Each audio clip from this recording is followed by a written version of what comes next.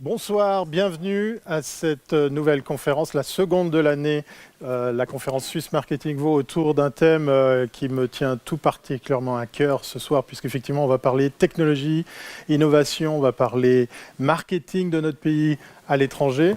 Et pendant que je vous parle, on va dire que les retardataires qui sont sur les routes vont arriver, puisqu'effectivement beaucoup de personnes inscrites sont encore attendues.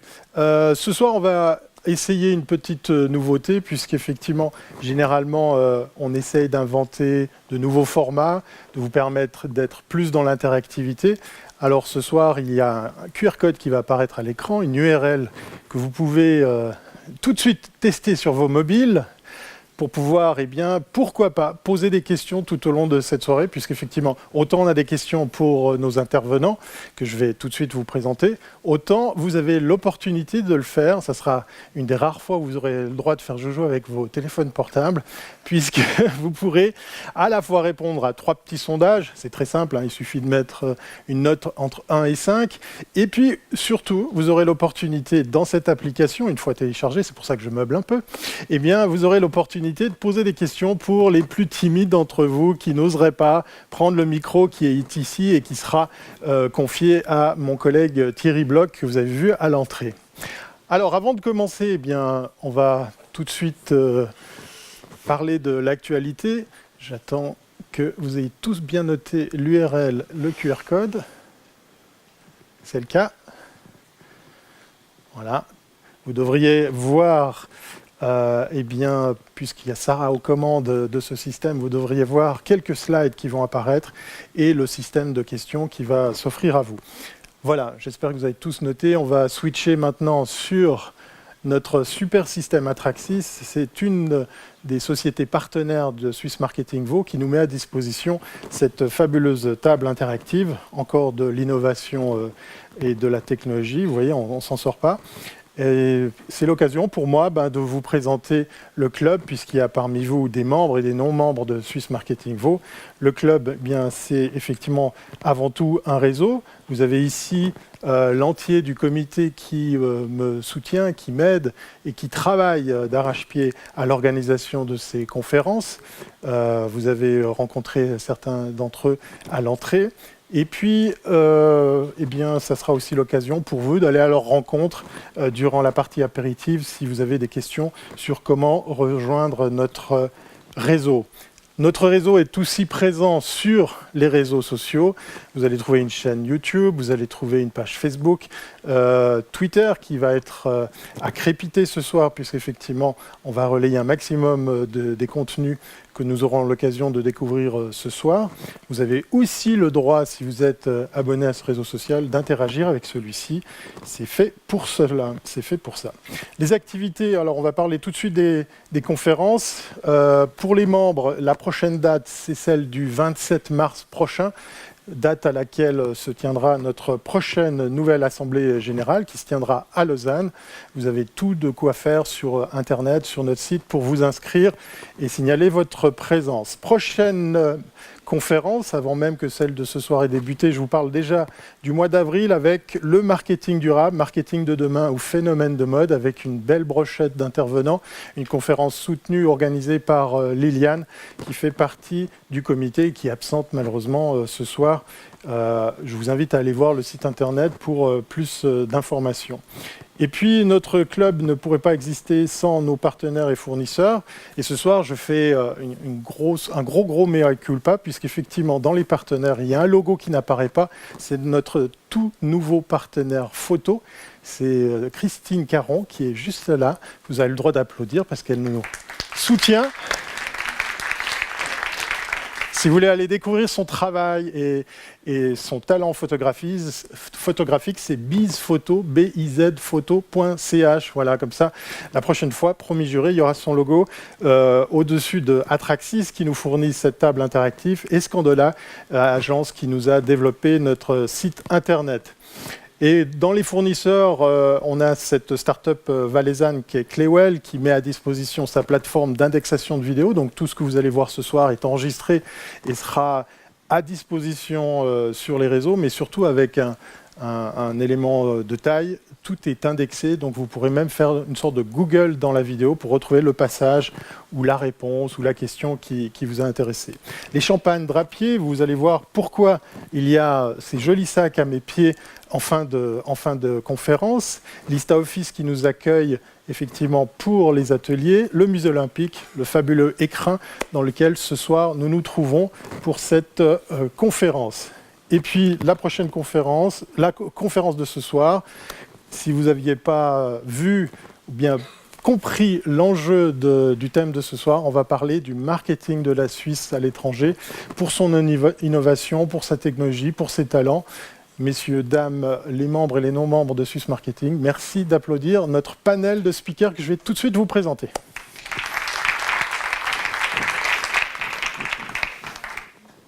Alors je vais commencer, c'est pas par hasard, je vais piquer le micro à ce monsieur et on va faire comme en télévision, vous voyez la plupart d'entre vous, même si on se tutoie tous, on va faire qu'on se vous voie tous et je passe le micro à Laurent Aymard, puisqu'effectivement, c'est un petit peu à cause ou grâce à lui, peut-être un peu de sa faute, qu'il y a eu quelque chose d'assez incroyable cette année. Il y a eu une délégation suisse, mais il y a eu surtout un pavillon suisse au CES.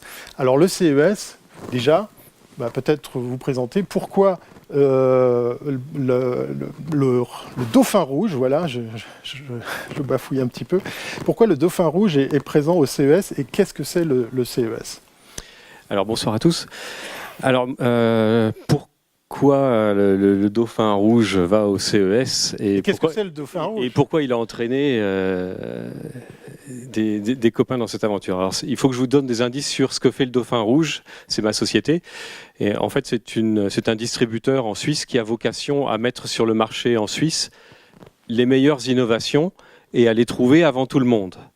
Donc quand je vous ai dit ces deux choses-là, voir avant tout le monde des innovations, vous êtes déjà sur la piste de où est-ce que je peux aller les chercher. C'est à Las Vegas, c'est au CES que ça se trouve. Donc c'est pour ça que j'y vais depuis 7 ans, 7 années consécutives, où je me rends à Las Vegas. Le CES pour Consumer Electronics Show. Peut-être un bref retour en arrière. Comment est née cette plus grosse foire au monde autour de la technologie, de l'innovation? C'est aujourd'hui à Las Vegas, mais il y a plus de 50 ans, c'était à New York, par exemple. Et c'était les produits électroniques, l'électroménager, les machines à laver, les télés qui étaient principalement exposés dans ce show, qui était probablement pas aussi international qu'il est devenu aujourd'hui. Mais maintenant, le CES, après plus de 50 ans, ça fait presque concurrence à notre salon automobile. C'est un endroit où on va trouver tout ce qui est de plus innovant, du design. Donc il y a des voitures, il y a vraiment toutes les innovations auxquelles on s'attend et auxquelles parfois on ne s'attend pas. Merci beaucoup. Et je passe à nouveau le micro à Bruno. Cette fois-ci, vous aurez le droit de parler. Justement, on le disait, c'est peut-être à cause ou grâce à cette société que tient notre ami Laurent Aymard qu'on s'est intéressé, et là je parle aussi à titre individuel, à titre perso, puisque voilà, tous les trois, chaque année, on fait le voyage à Las Vegas pour aller s'immerger dans l'innovation. Et est née de là une idée de créer un label, Swiss for Tech. C'est quoi les objectifs de cette association qui a vu le jour à force d'aller à Las Vegas ? Ouais, alors bonsoir à tous. Swiss for Tech. Swiss for Tech a été créé en 2016, en retour du CES, en se disant mais tiens, c'est bizarre parce que on avait vu une innovation qui nous avait frappé vraiment, et il y avait eu pas mal de retours sur les réseaux sociaux quand on l'a rendu visible. Et on s'est dit mais comment ça se fait que les personnes, les entrepreneurs, tous ceux qui sont passionnés de la tech ne voient pas ça de cette manière-là. Donc on a décidé de créer une start-up, une association pour porter ça. Il y a eu deux aspects dans notre idée, c'était essayer de promouvoir ça pour que la Suisse se rende compte que là-bas, il fallait être dans ce salon, rendre les choses visibles, être présent. Et l'autre côté, c'était développer le service pour que des entrepreneurs comprennent qu'il fallait aller là-bas ou qu'il y avait vraiment de l'innovation qui se passait là-bas. Avec de la création de contenu. On peut rappeler un petit exemple, et puis ce soir on est assez fiers de pouvoir vous l'illustrer concrètement, puisqu'effectivement dans les partenaires que j'ai oublié de citer, il y en a un qui démontre une technologie qu'on a vue il y a 3 ans, et que vous allez pouvoir découvrir à l'étage du Tom Café pendant l'apéritif, puisqu'effectivement, cette technologie avait suscité beaucoup d'intérêt. On avait fait des vidéos, des lives, des choses comme ça. On s'est retrouvé à voir des internautes en Suisse nous dire « mais combien ça coûte, où est-ce qu'on peut l'acheter, comment ça marche, etc. » Ce soir, vous aurez l'occasion de voir le distributeur exclusif pour la Suisse, ici à l'étage, d'un système de diffusion et de projection d'images holographiques pour, par exemple, animer votre stand ou attirer du monde lors d'un événement. Et voilà, justement, ça c'est le premier exemple en disant est-ce qu'on trouve de l'innovation justement au CES? Ça, on l'a trouvé, on l'a découvert en 2016. Et c'est maintenant que ça arrive sur le marché. Donc il y a quand même une certaine inertie pour que le temps que les innovations arrivent sur le marché.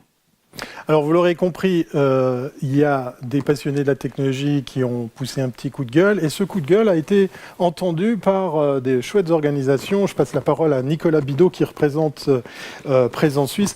En quelques mots, la mission de Présence Suisse, elle tient à quoi ? Alors, à promouvoir l'image de la Suisse à l'étranger et la promouvoir dans une idée de diversité. Ça, c'est important pour nous, parce que l'image de la Suisse, on le sait à travers nos études, c'est trop cliché. Heureusement qu'on les a, parce que c'est une bonne partie de notre prospérité, mais notre mission, c'est d'essayer de diversifier et justement trouver les porteurs d'innovation.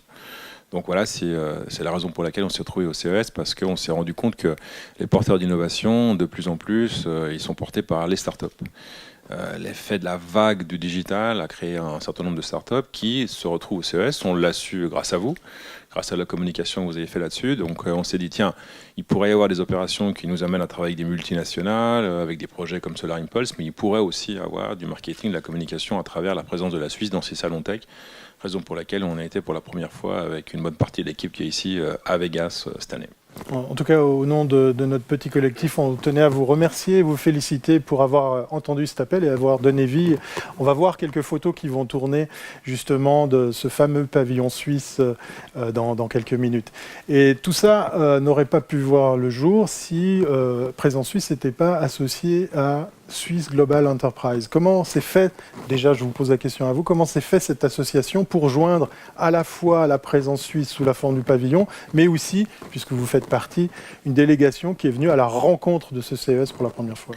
Alors, s'il y a bien une association qui est active dans le domaine des foires en général, c'est Switzerland Global Enterprise. Nous, c'était pas notre champ d'action. Ça va être beaucoup notre champ d'action maintenant, parce qu'on s'est rendu compte qu'il y avait un vrai impact com, un vrai impact image.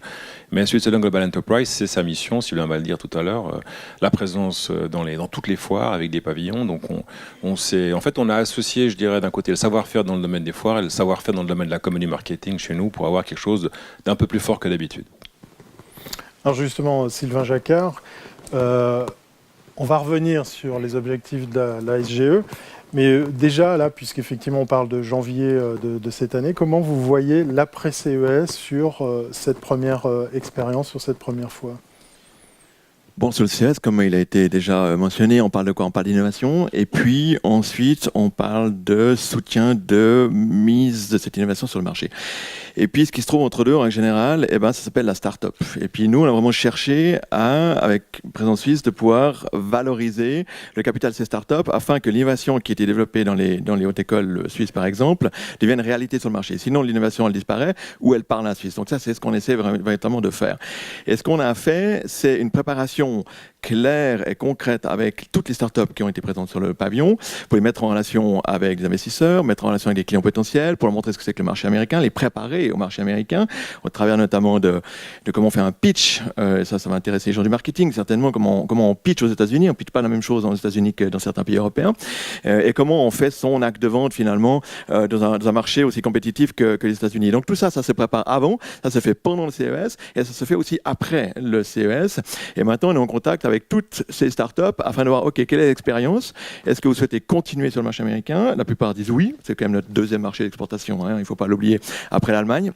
Donc du coup, qu'est-ce qu'on fait maintenant? On fait ce follow-up avec nos équipes aux États-Unis.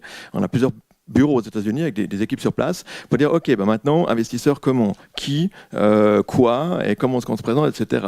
Mise en relation d'affaires, partenaire, commercial ou technologique, qui, comment et avec quoi exactement. C'est le travail qu'on est en train de faire actuellement. Pourquoi c'était aussi important que la Suisse soit présente à un tel événement, un tel rendez-vous? Bon, c'est un peu ce que je viens de mentionner. Donc, l'idée est de dire, ok, justement, le fait qu'on est un pays d'innovation, ça, on arrive à le montrer, on arrive à le vendre, on arrive à le communiquer. On a des hautes écoles, on est dans les top 10 dans les rankings internationaux pour plusieurs écoles polytechniques ou de management en Suisse.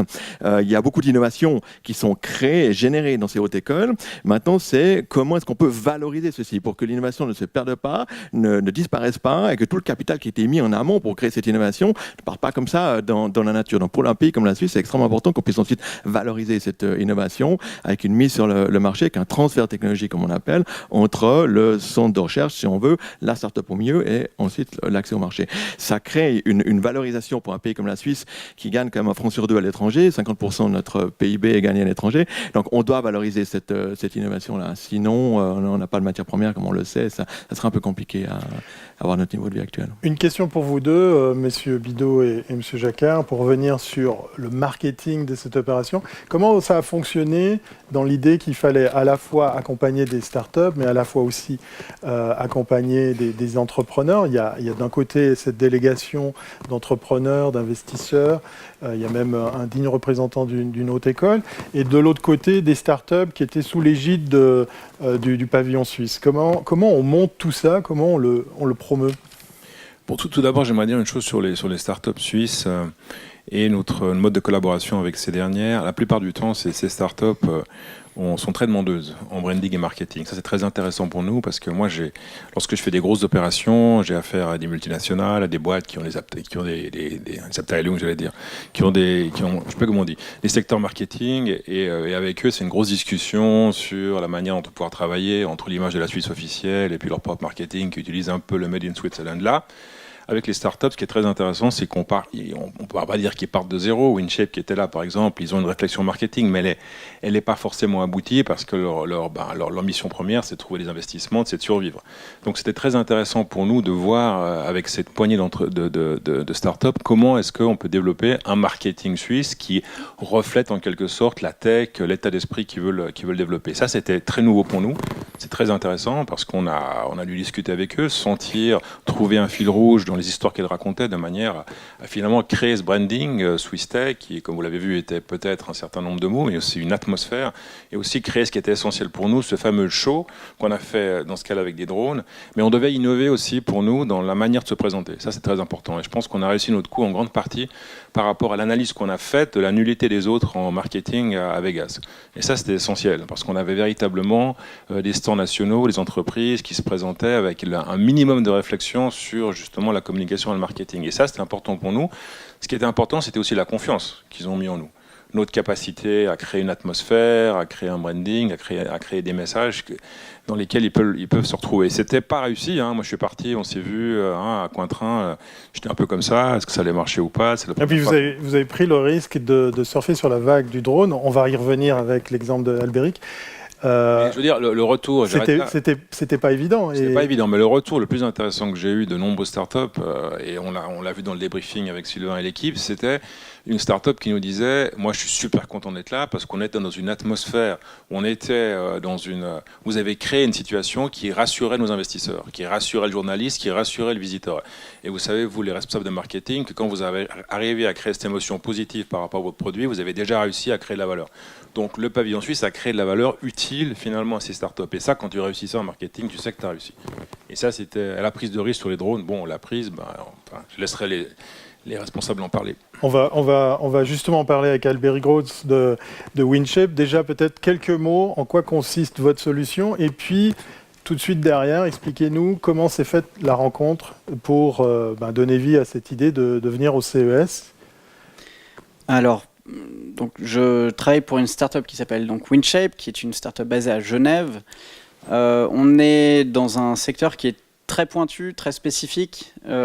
Donc, on développe une machine qui a pour objectif de mesurer le comportement d'un drone. Donc, on est un peu les psychologues du drone. C'est bizarre. Donc l'objectif, c'est de recréer en laboratoire toutes les conditions de vent et de météo qu'un drone va rencontrer au cours de sa vie. Et puis, comme à terme, on cherche à rendre les drones autonomes pour, par exemple, la logistique, pour énormément d'applications, il est nécessaire de pouvoir comprendre, quantifier tous ces phénomènes. Aujourd'hui, tous les drones sont développés dans des laboratoires qui testent leur expérience dehors.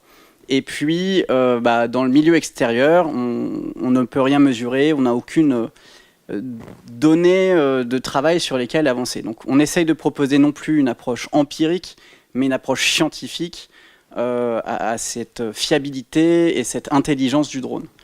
Donc, ceci étant dit, Windshape a vendu sa toute première machine fin 2017 à une université californienne qui s'appelle le California Institute of Technology, donc Caltech, avec un centre de la NASA qui était un peu rapproché à ce nouveau laboratoire. Ça nous a donné pas mal de crédibilité, une bonne écoute. Maintenant, on essaye de répliquer un peu la vente de machines dans d'autres universités pour avoir un groupe de partenaires qui vont nous permettre de comprendre tout le potentiel de cette machine pour, à terme, aussi bien proposer du service, mais aussi, à terme, des labels de certification. Enfin, l'objectif, c'est vraiment de proposer un outil qui va donner la possibilité aux fabricants de prouver notamment, je l'espère, à terme, à des autorités fédérales que leur drone est suffisamment fiable pour telle ou telle application. On voit le système Windshape qui est sur la gauche, là, cette grande ruche composée de plusieurs ventilateurs, et toute la scène venait se fermer avec ce filet de protection. Autant j'étais pas convaincu, autant j'ai trouvé l'idée de M. Bidot excellente, puisqu'effectivement la scène servait de démonstrateur, entre autres, à la start-up Windshape. Voilà, on voit un peu mieux le procédé, le système ici démontré. Comment vous avez fait connaissance avec l'idée d'aller au CES et en quoi l'aide fournie par la Suisse vous a servi ? Alors, je crois que c'était fin 2017 ou début 2018 que une personne de Présence Suisse nous a contactés par email disant voilà, on est intéressé par ce que vous faites et Windshape, on a l'idée de faire un pavillon suisse à Vivatech dans un premier temps à Paris et on serait intéressé d'avoir Windshape pour occuper la volière et puis éventuellement pour animer un peu cette zone-là et puis pour mettre en valeur les différents drones suisses. Donc on a commencé à discuter avec les équipes de Présence Suisse, très, très sympathique soit dit en passant, et puis on a fait ce premier test là-bas, on a réitéré le test avec, on a essayé d'améliorer aussi, de montrer plus de choses au forum économique à Zurich, devant Doris Letard. Et puis, donc on a fait 2-3 événements avec Présence Suisse. Et puis, un des points ultimes, donc, c'était atteindre le CES en étant prêt, en ayant réfléchi à plusieurs reprises à comment aborder toutes les problématiques et comment mettre en valeur le marché du drone suisse et toute cette force qu'on a en Suisse concernant ce domaine-là. Donc ça faisait partie d'une idée définie, imaginée à l'avance que d'aller au CES. C'était une finalité. Exactement, oui. C'était un des objectifs. En quelques mots, l'après-CES pour vous, c'est quoi ? L'après-CES, donc comme on est dans un domaine un peu spécial, on n'était pas parti là-bas pour chercher vraiment du client, mais pour rencontrer des investisseurs qu'on n'aurait jamais pu rencontrer en étant en Suisse. Et puis, ça nous a permis d'être proche d'investisseurs aussi bien privés qu'industriels. Et c'est pas seulement... on a pu avoir des décideurs en face de nous. Et ça, c'était quelque chose d'hyper important pour nous, parce que le décideur a peut-être la vision globale que celui qu'on aurait pu contacter par email aurait pas forcément pu avoir. On va continuer avec les startups. On reviendra sur votre expérience CES et je vous invite à passer le micro à votre collègue de gauche, de droite, puisque c'est ma gauche. Voilà. Andreas von Kennel, vous êtes aux commandes d'une autre startup suisse et elle a une particularité puisqu'effectivement, on a trouvé cette startup suisse dans un tout autre espace que celui du pavillon suisse. À quoi ça tient? Déjà, peut-être quelques mots sur la technologie que vous avez défendue au CES. Oui, alors donc je ne vais pas vous apprendre grand-chose ici à tous les spécialistes du marketing, mais les villes aujourd'hui, elles ont aussi besoin d'attirer des talents, les entreprises, donc elles ont besoin d'être attractives. Et en fait, ce qu'on constate, c'est que la propreté des villes fait partie de l'attractivité. On dit qu'il n'y a pas de ville sale qui soit prospère ou qui attire les gens. On le voit aujourd'hui, les banquiers quittent Londres à cause du Brexit. Est-ce qu'ils vont aller à Paris ou est-ce qu'ils vont aller à Francfort? Alors, il y a un certain nombre de critères qui vont entrer en ligne de compte, mais la propreté urbaine, en tout cas, en fait partie. Alors, Cortexia, qu'est-ce qu'on fait? On propose une solution aux villes qui leur permettent d'améliorer la propreté. Et puis, c'est une solution qu'ils arrivent à rentabiliser, puisqu'en fait, en même temps, on réduit les coûts de nettoiement, qui sont des coûts très importants, qui sont portés par l'argent public, et ainsi que l'impact sur l'environnement. Donc, tous les déchets qui ne sont pas récoltés finissent dans le lac. On l'a vu avec Genève, par exemple. Les déchets, les gens qui jettent leurs cigarettes, même si ça part dans le caniveau et on pense que c'est rangé, en fait, finalement, ça termine dans le lac. Voilà. Donc, nous avons une solution basée sur l'intelligence artificielle qui permet de faire une cartographie de la propreté. Et tout simplement, ensuite, la ville peut envoyer ses moyens là où c'est sale, quand c'est sale, et les moyens adéquats. Donc, ce qu'on dit, c'est ne pas nettoyer plus, mais nettoyer mieux. Oui, vous parliez à l'époque de notre première rencontre qu'il fallait que les villes fassent attention à ne pas trop nettoyer, ou en tout cas pas à pas le faire dans les endroits qui n'est pas nécessaire. Alors, vous avez quand même une drôle de chose par rapport à votre présence au CES. Vous êtes basé à Châtel-Saint-Denis, vous êtes une start-up suisse, et pourtant, vous étiez sous l'égide d'une toute autre organisation. Voilà, on est Suisse pur sucre, parce qu'en plus, alors, sans vouloir reprendre les clichés, mais la Suisse est connue pour sa propreté, et puis on fait aussi l'arbitrage sur la propreté des villes, donc la neutralité, donc c'est des valeurs qui sont importantes. Mais effectivement, on était planqué ou caché ou sur le stand de la Poste française. Donc ce qui a beaucoup plu à l'ambassadeur. Ce qu'il a vu, il a essayé de comprendre comment des Suisses malins avaient réussi à profiter du programme des startups françaises. Enfin, c'est pas tout à fait français, c'était donc ça s'appelle French IoT, donc porté par la Poste et d'autres partenaires comme la RATP par exemple. Donc nous, on était extrêmement contents d'avoir pu profiter de ce programme pour plusieurs choses. Donc pour la French IoT, le CES pour eux c'est la cerise sur le gâteau, mais il y a tout un accompagnement avant. Je pense que c'est pareil avec vous. Et il y a beaucoup de mise en relation avec les partenaires, donc notamment la Poste française qui est intéressée par notre solution, la RATP, etc. Donc il y a un gros réseau derrière, il y a tout cet accompagnement qui est très important. Et c'est intéressant pour une start-up suisse on va dire quand on est chez soi, on a un réseau qu'on connaît, de pouvoir bénéficier du réseau des grandes entreprises françaises comme ça, c'est vraiment exceptionnel. Vous m'avez raconté, je l'ai découvert pas plus tard que ce soir, c'est pas arrivé par hasard. Oui. Donnez-nous les éléments qui expliquent pourquoi vous avez atterri au CES grâce à la France. Voilà, on est allé présenter notre solution à la ville de Paris qui est très très intéressée parce qu'ils ont d'énormes problèmes de propreté et c'est quelque chose qui leur coûte 250 millions d'euros par année. Et donc on avait toute une équipe d'adjoints au maire, de représentants des Smart Cities, etc. Et puis il y a une personne très dynamique qui nous a dit il nous a proposé un certain nombre de choses pour pouvoir rentrer sur le marché français. Et puis il a dit mais regardez la Poste, ils font quelque chose de bien. French IoT, je l'ai regardé. On a postulé, il y a toute une sélection, etc. Et on est la seule start-up étrangère à avoir été retenue.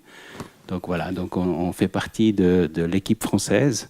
On n'était pas très loin du magnifique stand suisse, mais on faisait partie en fait de la délégation de French IoT. En résumé, vous êtes l'exemple de quand on rencontre un prospect qui peut devenir un client et qui vous conseille de suivre la French Tech, enfin l'Internet of Things, IoT, eh bien ça peut donner ce genre de choses. On reviendra sur les retombées. On va maintenant s'adresser à ceux et celles qui ont été du bateau de cette délégation. J'ai envie de vous poser un peu tous et toutes la même question. Qu'est-ce qui vous a motivé? On va commencer peut-être par par notre ami Yann Bocchi de la HSSO. Faire partie de cette délégation pour aller au CES, ça tient à quoi? C'était quoi l'idée de départ? Alors, l'idée de départ, elle est d'abord personnelle, j'ai envie de dire, individuelle. Donc, moi, je suis professeur, effectivement, HES à Sierre, en informatique de gestion, et je travaille dans le monde de l'IoT et des Smart Cities depuis une quinzaine d'années. Donc, c'était aussi mon 3e CES cette année. Donc, voilà, c'est pour moi the place to be pour voir un petit peu ce qui se passe en termes d'écosystème d'innovation. Et comme ça a été mentionné un petit peu plus tôt, effectivement, par mon rôle dans les HES, on vient un petit peu en amont de cet écosystème d'innovation. Et on développe aussi à la HES Asso-Vallée depuis de nombreuses années l'esprit d'entrepreneuriat. Et donc on a de plus en plus d'étudiants, comme dans les autres hautes écoles et les PFL en premier, d'étudiants qui se lancent dans cette aventure entrepreneuriale. Et très souvent, c'est dans le domaine de la digitalisation. Et donc, ce CES, c'est effectivement l'endroit où ça se passe. Et pour en revenir à votre question précisément, cette mission, c'était de pouvoir aussi se rapprocher et peut-être comprendre un petit peu l'écosystème qui vient avec SGE, avec Présence Suisse, pour voir comment est-ce que moi, ensuite, à mon niveau, au niveau des HES, est-ce qu'on peut encourager peut-être un certain nombre de startups ou de spin-off à s'intégrer finalement dans cette... et être attiré par le courant qui va dans ce sens-là. Alors, il y avait pas, merci beaucoup, il n'y avait pas que des écoles, il y avait aussi de la société d'investissement. Si je galvaude pas trop votre titre, Nathalie Chantob, comment vous avez fait connaissance avec le CES pour vous y intéresser, pour vous y rendre, vous aussi, dans cette délégation? Alors, concrètement, on avait déjà... Alpana est une société de venture capital qui investit dans des startups essentiellement européennes avec une grande majorité suisse, parce que le vivier est assez riche, il faut le dire, en Suisse, mais les financements sont assez pauvres, paradoxalement. Donc, et on en a entendu parler par l'IMD, et puis notre partenaire qui est aux États-Unis, dans la Silicon Valley, lui, quant à lui, il y allait chaque année déjà. Donc nous, les partenaires en Suisse, voilà, c'est via l'IMD et puis Bénédicte. C'était pour nous une très important, en fait, une vraie découverte à plusieurs niveaux, en fait. Aussi bien, comme tu disais, Yann, pour connaître l'écosystème suisse, qui est quand même assez dense. On n'était pas très familier avec Présence Suisse, InnoSuisse, Innovo, IDIAP. C'est un vivier, un écosystème qui est très dense. Donc, en fait, paradoxalement, le fait d'aller là-bas, ça nous a aussi permis de faire la connaissance d'une partie de cet écosystème. Et puis, on était heureux et très heureux même de voir que sur le pavillon suisse, il y avait plusieurs de nos startups. Et puis, c'était aussi intéressant pour nous de voir, en fait, en 3-4 jours, on peut faire ce qu'on ferait en Europe en plusieurs mois, quoi. Alors, pour les startups, déjà, c'est pas tant... Enfin, au niveau du sourcing, c'est intéressant, c'est forcément intéressant, mais là, comme pour les premiers visiteurs, en fait, c'est beaucoup trop dense, en fait. C'est très, très riche. Pour une première fois, c'est impossible. On s'est éduqués, on a pris nos petites notes, on fera notre travail pour être plus efficace l'année prochaine au niveau du sourcing. Et mais vous avez pu voir que le conseil pour les bonnes chaussures, c'était pas du vent. Hein. Non. Mais aussi pour les startups avec lesquelles on travaille, en fait, c'est aussi un très bon moyen pour voir, parce que dans la vie du venture capital, il y a plusieurs étapes. Il y a la première étape qui est du sourcing, deuxième étape qui est l'accompagnement, puis aider les boîtes à se développer sur des marchés. C'est pour ça qu'on a un partenaire aux États-Unis pour la stratégie de go-to-market et puis aussi en Asie. Mais il y a aussi une troisième phase qui est les amener. En fait, nous, on se place du côté investisseur. Donc, le but, c'est de rendre l'argent avec un retour sur investissement, évidemment. Donc, la troisième étape, exit, est très importante. Donc, en fait, ça permet de couvrir ces 3 étapes. Le sourcing, l'accompagnement, voire l'écosystème en général au niveau des startups, les compétiteurs, les mises en relation qu'on peut faire, en fait, sur place pour les sociétés. En fait, on peut être les yeux des sociétés qui n'ont pas les moyens forcément, ni la taille suffisante pour faire le voyage. Et puis ensuite, les partenaires, il y a 3 étages, enfin bon, les grosses boîtes. On revient sur les aspects de marketing de notre pays à l'étranger. Qu'est-ce que, selon vous, a apporté ce pavillon suisse, cette délégation au CES ? Une visibilité, une vraie visibilité. Et en fait, la Suisse est tellement riche au niveau innovation que c'est juste indispensable, quoi, d'avoir un pavillon suisse. Enfin, la France a un pavillon. Oui, c'était aussi intéressant de comparer et de mesurer l'écosystème au niveau mondial, de comparer les pays, leur présence, qui est là, quelle société, comment ils sont présents. Les Français, effectivement, ils ont un pavillon, mais qui est énorme, mais trop même. Pas forcément bien. C'est pas non plus. C'est pas. Enfin, la taille, c'est pas un critère forcément de qualité, quoi. Mais donc, ouais. Enfin, c'était très très bien. Merci la Suisse d'avoir ouvert un pavillon au CES. Ouais, allez, un petit coup Bravo. d'applaudissement parce qu'effectivement, on peut encore féliciter à la fois Présence Suisse et à la fois la SGE qui ont cru en cette idée. J'en suis le premier ravi. On va revenir sur la genèse du CES. Je m'approche à nouveau de Laurent Aymard avec votre expérience, votre grande expérience de ce rendez-vous. Quels sont les changements notables que vous avez pu constater depuis, alors pas les années 50, je pense qu'on n'est pas assez vieux pour les avoir vécus. Il faut savoir que par exemple, dans certaines vieilles éditions du CES, il y avait une célèbre marque à la pomme croquée qui était carrément exposante, mais il y a ça très très longtemps. Alors quels sont, à part cette absence maintenant de la marque Apple, les faits notables que vous auriez à partager avec nous ? Moi, ce que j'ai envie de partager, et en fait c'est pour ça aussi qu'on parle aujourd'hui beaucoup de start-up, c'est que le plus gros changement que j'ai vu, et moi j'y suis allé que 7 fois au CES, il y a des gens qui ont fait peut-être les 50 éditions, mais ne serait-ce qu'en cette année, le principal changement que j'ai vu, c'est l'émergence du mouvement start-up. C'est-à-dire que les premières années où j'allais dans la zone du CES où on voit les grosses écuries, les grosses sociétés, même s'il n'y a pas Apple, mais on voyait les HP, les IBM, les Intel, Microsoft, ces gens-là. Et depuis 4 ans, je peux passer mes 4 jours de CES. Le CES, c'est que 4 jours. Je peux concentrer toute mon activité sur 4 jours uniquement en rencontrant des startups. Donc ça, c'est l'immense nouveauté. Donc on peut dire aussi, la France en fait peut-être trop avec la French Tech, mais c'est eux aussi qui ont donné le coup d'accélérateur sur cette partie-là. Donc pour moi, le plus gros changement, ce sont les startups qui changent la donne et qui font l'innovation au CES. La deuxième grosse nouveauté, c'est la Suisse. Mais ça, on vient tous d'en parler. Justement, on va continuer sur le thème de l'innovation. Peut-être quelques mots, Monsieur Chanel, Bruno Chanel, sur l'Eureka Park, puisqu'effectivement, c'est cette partie-là du CES que la Suisse était présente pour la première fois. Pourquoi c'est si important, c'est si intéressant que d'aller arpenter les allées de cet endroit ? Alors, aller à arpenter les allées de l'endroit, justement, c'est comme l'exemple qu'on avait donné, c'est surtout voir de l'innovation arriver quelques années avant qu'elle soit sur le marché, pour tous les entrepreneurs qui cherchent à avoir de l'innovation à distribuer, à investir, ainsi de suite. Mais l'aspect de l'Eureka Park aussi pour les startups, donc on a les deux aspects, c'est les entrepreneurs qui viennent chercher et les startups qui veulent rendre visible, présenter leurs produits. C'est une visibilité mondiale. Il faut quand même voir que le CES et l'Eureka Park, il y a quand même 6500 médias qui sont présents. C'est le plus gros événement mondial dans ce domaine-là. Après, c'est la particularité de l'Eureka Park, c'est les règles pour y rentrer et qui donnent des tarifs qui sont assez attractifs pour une startup, qui est moins cher que dans les grandes zones du salon, par exemple.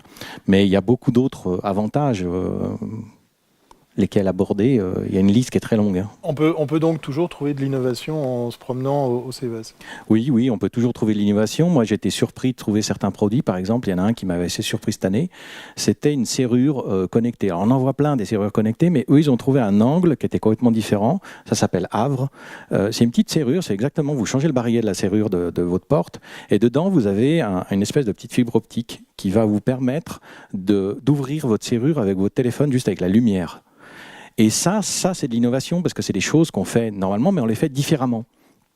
Et d'une manière beaucoup plus flexible et très discret, c'est-à-dire qu'on va vraiment un barillet, et en bas de la serrure, il y a un petit point qui permet juste, avec le flash du téléphone, d'ouvrir la serrure.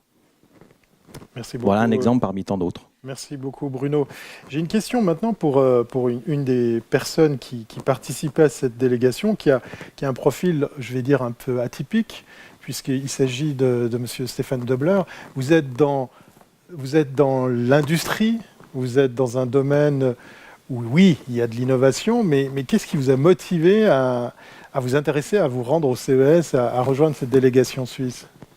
Bonsoir. Alors effectivement, c'est une histoire un peu cocasse. Je vais peut-être commencer par me présenter. Donc Stéphane Dobler, je dirige une usine qui s'appelle Swiss Tube ou LN Industries. Et on fabrique des tubes de très haute précision. Quand je dis très haute précision, c'est que l'épaisseur du tube, c'est à peu près la taille d'un cheveu. Et c'est utilisé aussi bien pour la fusée Ariane que pour les moteurs Mercedes, que pour les manomètres, que pour l'horlogerie, le médical. Donc c'est électronique aussi. Donc il y a des applications très très larges. On exporte 90% de la production. Notre premier marché est l'Allemagne, le deuxième est les États-Unis. Et on sait qu'on a des clients qui achètent des tubes pour l'électronique et on ne sait pas où ils finissent. Donc, ma curiosité numéro 1 de participer à cette délégation, c'était de savoir où finissent nos tubes pour éviter de passer par un distributeur. Je vous donne la réponse et que je n'ai pas eu la réponse. Je ne sais toujours pas où ça finit, mais ce n'est pas important parce que j'ai eu plein d'autres informations. Et pour moi, c'était vraiment un électrochoc, ce CES. J'ai pris conscience du rythme auquel se digitalise le monde et aussi l'industrie. En fait, on pense toujours au CES pour tout ce qui est télé ou bien vidéo, mais en fait, il y a toute une partie qui n'est pas la partie émergence de l'iceberg, mais qui s'occupe vraiment d'intelligence artificielle aussi pour la gestion de production, qui s'occupe de tout ce qui est optimisation des productions, savoir les flux, donc tout ce qui est supply chain, comment l'optimiser avec la digitalisation. Et je pense que c'est, en tout cas du point de vue industriel, c'est primordial parce qu'on ne doit pas seulement vendre un produit, mais on doit vendre un service, voire une expérience client. C'est-à-dire que pour défendre des places industrielles en Suisse, et aussi des places d'emploi, on doit s'assurer que l'expérience client est la meilleure pour que lorsqu'il y aura une prochaine crise économique, en fait, on reste parmi les bons fournisseurs. Forcément qu'il y a des clients qui vont éliminer des fournisseurs dès qu'il y aura une surcapacité de production. Et mon souhait, c'est que si on offre un excellent service au travers de la digitalisation, on reste parmi les fournisseurs sélectionnés et comme ça, on défend la place industrielle suisse. Donc c'est peut-être un objectif très différent de tous mes collègues du voyage, qui sont d'ailleurs fort sympathiques, mais ça donne vraiment une dimension et je pense qu'on n'a pas le choix que d'aller dans la digitalisation. Maintenant, la question, c'est comment on y va. Je me permets juste de faire un petit commentaire sur l'entreprise que je dirige. Elle est été fondée en 1905, donc elle a plus de 100 ans. On a une technologie qui est très ancienne, c'est un savoir-faire métier qui se développe sur les outils et sur les méthodes. Donc c'est quelque chose qui peut être copié ailleurs. Et je pense qu'on peut vraiment se défendre au travers du service qui peut être amélioré de par la digitalisation. Donc si je vous pose la question, est-ce que vous recommanderiez à un industriel d'aller au CES? Votre réponse? Clairement oui, allez fouiner, faites-vous plaisir aussi avec les grosses marques comme HP ou autres. Mais allez funer à l'Eureka Park, allez funer dans l'intelligence artificielle, allez funer vraiment dans les petits stands. Il y a vraiment des pépites, il faut juste les chercher. Ça prend du temps, ça prend de l'énergie, beaucoup de préparation parce qu'effectivement c'est que 4 jours, donc c'est condensé. Mais je pense vraiment que c'est un endroit où on peut découvrir des technologies qui sont encore pas sur le marché, mais qui peuvent vous servir. Un exemple tout bête. Dans la French Tech, j'ai trouvé une entreprise qui met des puces pour suivre tout ce qui est expédition à travers le monde. Alors, leur claim, c'était de dire, on fait ça pour la chaîne du froid. Moi, je sais que j'ai des clients qui attendent nos livraisons à l'heure près et de pouvoir leur dire exactement où est le camion, où est la matière, où est-ce que c'est bloqué, parce que des fois, ça reste bloqué à la douane, et de pouvoir identifier tout de suite sans faire des téléphones à gauche et à droite avec les transitaires. Ben, là, on peut offrir aussi un service supplémentaire. Donc, il faut être assez créatif, assez imaginatif, mais on peut, et puis connaître les problématiques de nos clients, et en ayant ce bagage-là, on peut vraiment trouver des solutions innovantes auxquelles on n'aurait pas pensé, qui peuvent nous servir. En quelque sorte, vous êtes en train de nous dire que vous avez aussi fait votre marché pour votre société, donc ça a été fructueux. Exactement. Après, juste, il faut prioriser les projets, parce qu'on revient avec plein d'idées, et puis après, il faut juste avoir les capacités de les traiter. Merci beaucoup, M. Dobler. Alors, une question pour Bénédicte Schwartz de Swiss Global Enterprise. J'ai une petite idée de réponse, mais je vais quand même vous la poser. Pourquoi est-il si important d'accompagner les entreprises suisses sur les marchés étrangers ? Surtout par rapport aux services que vous proposez, à l'accompagnement que dispense l'ASGE. Bonsoir. Bon, c'est des services qui comprennent plusieurs services ou se passent sur plusieurs axes. Donc, on aide aux sociétés suisses de s'exporter. Et une autre façon, c'est aussi de faire ses missions. Donc, comme on a fait, donc, dans le cadre du CES, il y avait le pavillon suisse pour les sociétés qui voulaient s'exposer et qui voulaient se montrer. Et puis, l'autre idée, c'était de faire une mission pour accompagner des dirigeants des sociétés. Et comme vous voyez, c'était assez mélangé, académique, finance, industriel, pour montrer ce qui se passe. Et puis, ces missions, c'est assez... donc visiter une exposition, c'est aussi important que se montrer ou d'exposer, parce que vous rencontrez tous les acteurs clés dans une telle exposition. Vous pouvez faire une étude de marché en un jour qui vous coûte peut-être plusieurs dizaines de milliers de francs et pas mal de temps, parce que vous rencontrez beaucoup de gens. Et puis donc là, c'était l'idée de vraiment immerger toutes ces personnes dans cette exposition. Et puis, comme c'est pas si facile de visiter une telle exposition, comme vous avez entendu un peu, c'est gigantesque. Parce que même si vous savez où vous voulez aller, mais même si vous êtes sur un stand, vous ne savez pas forcément ce qui est vraiment exposé. Je me rappelle, vous nous avez montré, en fait, on a fait appel à ces gens de Swiss Fortex pour justement guider les visiteurs, parce qu'ils ont organisé des visites, par exemple, sur 20 stands pendant une journée, et on était sur un stand où on voyait des drones, mais ce n'était pas vraiment les drones qu'ils ont exposés, c'était la transmission de l'électricité pour charger les batteries. Donc déjà, il faut savoir, si vous n'avez pas quelqu'un qui vous guide, vous êtes paumé, perdu dans cette exposition. Donc il y avait un jour où on a guidé les gens de montrer vraiment toute la panoplie des nouveautés, des innovations sur cette exposition-là. Et puis une autre journée aussi pour préparer les gens pour visiter la foire soi-même, c'est-à-dire selon son propre programme. Parce que là aussi, déjà, il faut bien se préparer. C'est tout... des devoirs à faire un peu à la maison, et puis pour ça aussi il faut être guidé. Et comme on va à Las Vegas pour une telle show, c'est quand même pas juste à côté, ça valait la peine aussi de combiner avec d'autres visites au Silicon Valley, où on a visité un peu plus que 10 sociétés comme les Tesla, les HP, les Swisscom, les Logitech, etc., pour de nouveau pour immerser, pour plonger là-dedans toutes ces innovations. Et puis tout était fait dans le cadre vraiment d'apprendre quelque chose, pas seulement de voir le bâtiment de Google et pour pouvoir dire ah oui, j'ai vu où Google se trouve, mais vraiment pour apprendre de ce qui est présenté par ces sociétés, comment ils fonctionnent, comment ils investissent, comment ils développent les marchés, etc. Et aussi parmi les participants. Donc c'était de faire vraiment une expérience pour apprendre ce qui se passe autour de l'innovation. Justement, vous êtes allé à la Silicon Valley, vous êtes venu au CES.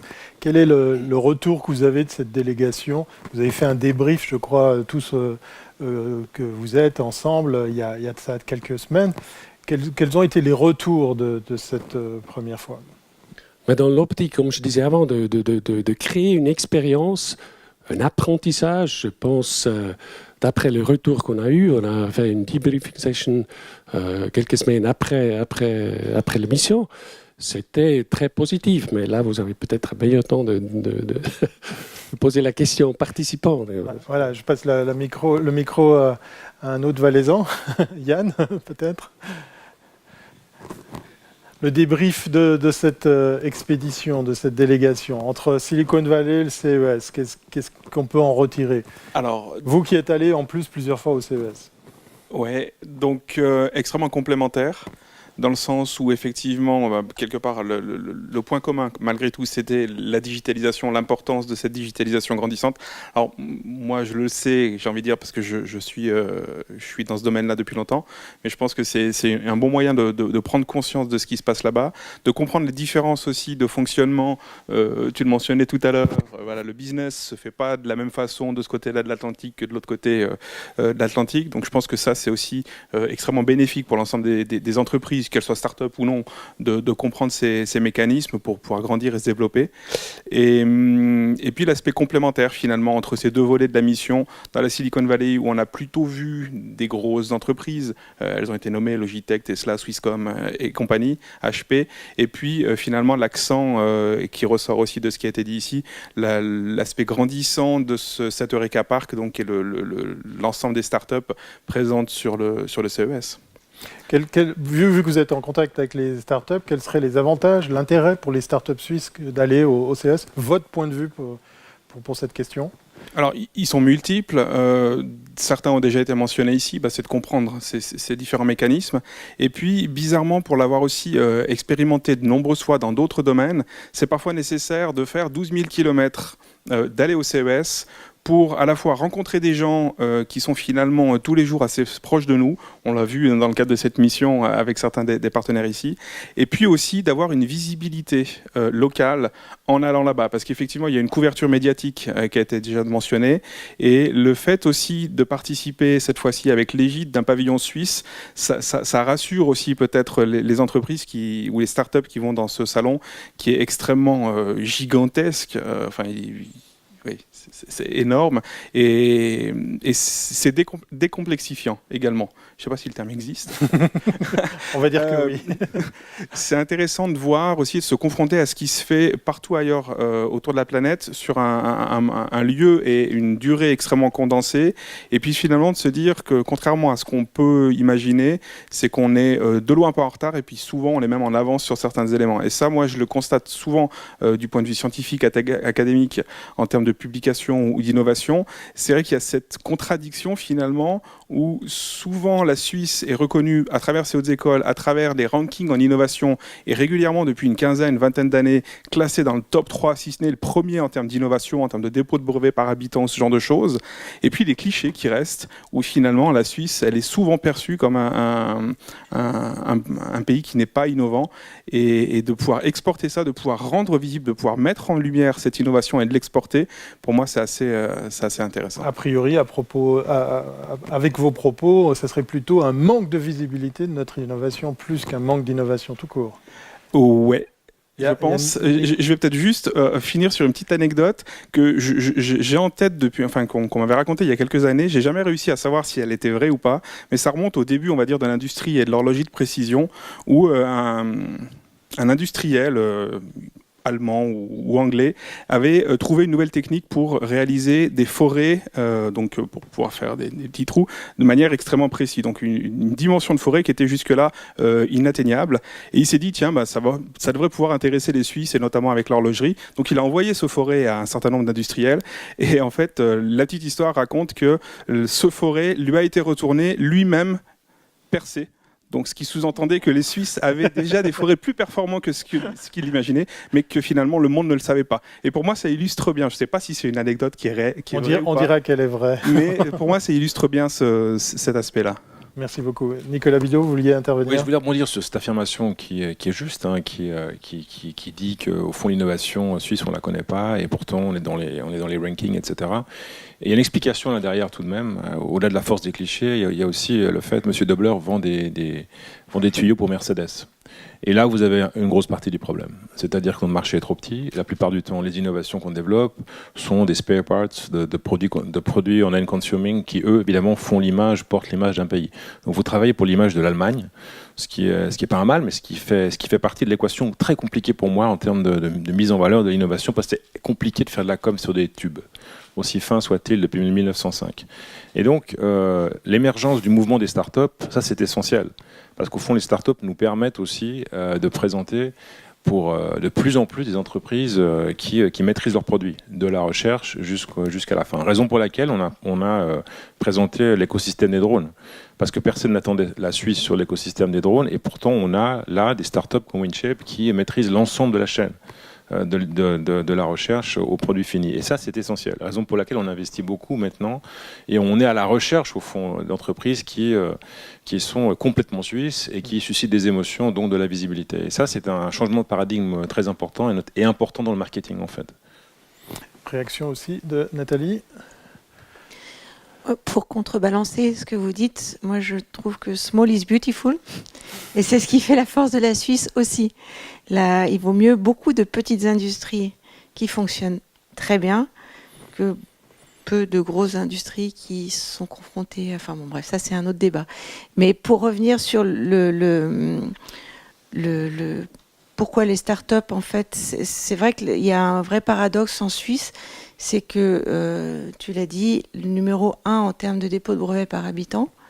Mais en revanche, en termes de financement, en fait, on est assez loin derrière tous les pays européens et très loin derrière les États-Unis, très loin derrière l'Asie. Est-ce que ça veut dire qu'on est tout small, tout shy, ou bien c'est propre à notre ADN? C'est pour ça que vous posiez la question, est-ce que c'est bien pour une start-up d'aller au CES? Oui, c'est sûr que c'est très bien. Parce que c'est un vrai accélérateur aussi. Et c'est une question de culture, c'est comme ça, c'est aussi une des forces, je pense, de ne pas aller trop vite non plus, ça peut être aussi une force. Mais voilà quoi. Donc le CES pour les startups, oui, c'est clair. Quand on voit un pitch d'une société américaine, un ingénieur américain, plutôt un marketeur américain qui présente sa société, versus un ingénieur suisse ou européen qui présente, on a deux pitchs radicalement différents, quoi. Il y en a un, on dit waouh, c'est super, mais en fait, qu'est-ce qu'ils vendent? Et puis l'autre, on essaie de comprendre et tout, puis en fait, la techno, elle est juste géniale. Simplement, ils savent pas la vendre. Donc aussi en termes d'éducation, et puis c'est un accélérateur parce qu'en fait, il y a les startups qui vont là-bas. Et qui ont, quand elles sont bonnes, elles ont la chance d'être assez visibles rapidement. Et si elles ne sont pas visibles, elles ne peuvent pas revenir de toute façon. Alors ce soir, on a un scoop en forme de bonne nouvelle, justement pour Andreas. Vous êtes allé sous l'égide de la Poste française avec une start-up suisse, avec une technologie suisse, mais qui embarque une technologie pas inconnue, puisqu'il faut faire fonctionner cette intelligence artificielle, hein, NVIDIA. Comme on dit... Avant d'enclencher l'émission, hors micro, vous m'avez dit, eh bien voilà, on a essayé de les contacter, on a essayé de les convaincre, on a essayé d'en faire des partenaires, on va au CES et il se passe autre chose. Vous pouvez nous raconter cette histoire avec NVIDIA? Alors, donc nous, la particularité, c'est qu'on a de l'intelligence artificielle embarquée. Il semblerait que ça ne soit pas très fréquent. C'est-à-dire qu'on traite les images directement sur le véhicule, ce qui évite de prendre des images dans les lieux publics, et on transmet directement les données. Et il existe un seul numéro 1 vraiment dans ce domaine, c'est NVIDIA, donc qui fait tout ce qui est l'intelligence artificielle aussi pour la conduite autonome. Et quand on a des soucis avec leur matériel, qu'on est une petite start-up en Suisse de quelques personnes et qu'on essaye d'avoir du support technique, c'est extrêmement difficile. Donc c'était un de nos objectifs en allant là-bas, on est allé les trouver.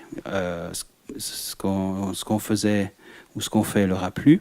Et ils nous ont pris sur leur aile, donc ils nous ont pris dans un programme qui s'appelle Inception, où en fait ils accompagnent les startups.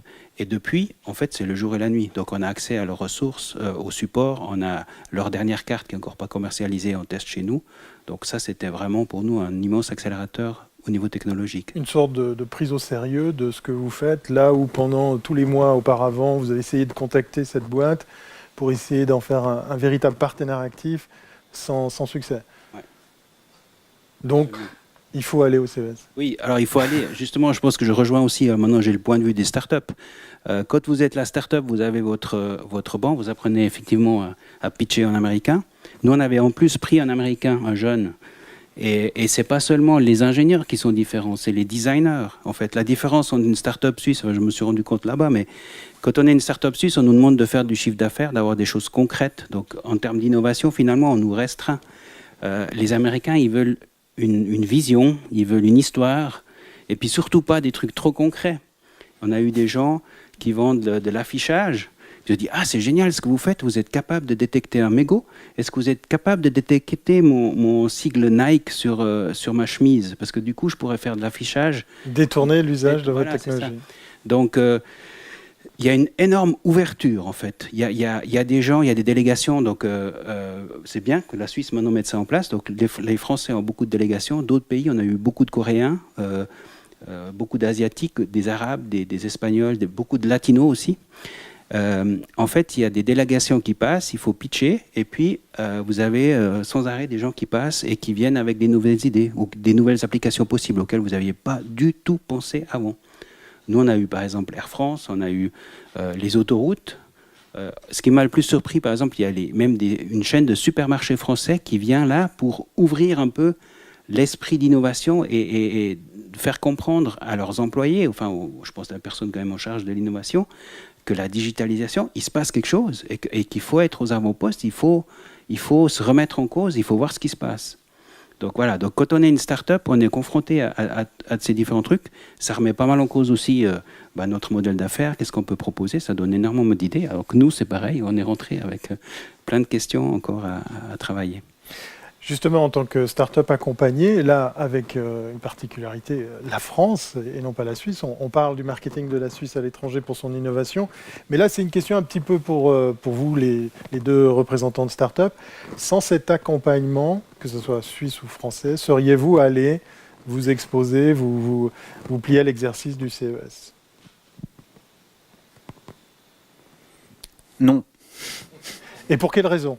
Je connais un petit peu la réponse, mais j'ai envie de vous entendre là-dessus. Alors, aller au CES, c'est un investissement colossal avec plusieurs aspects.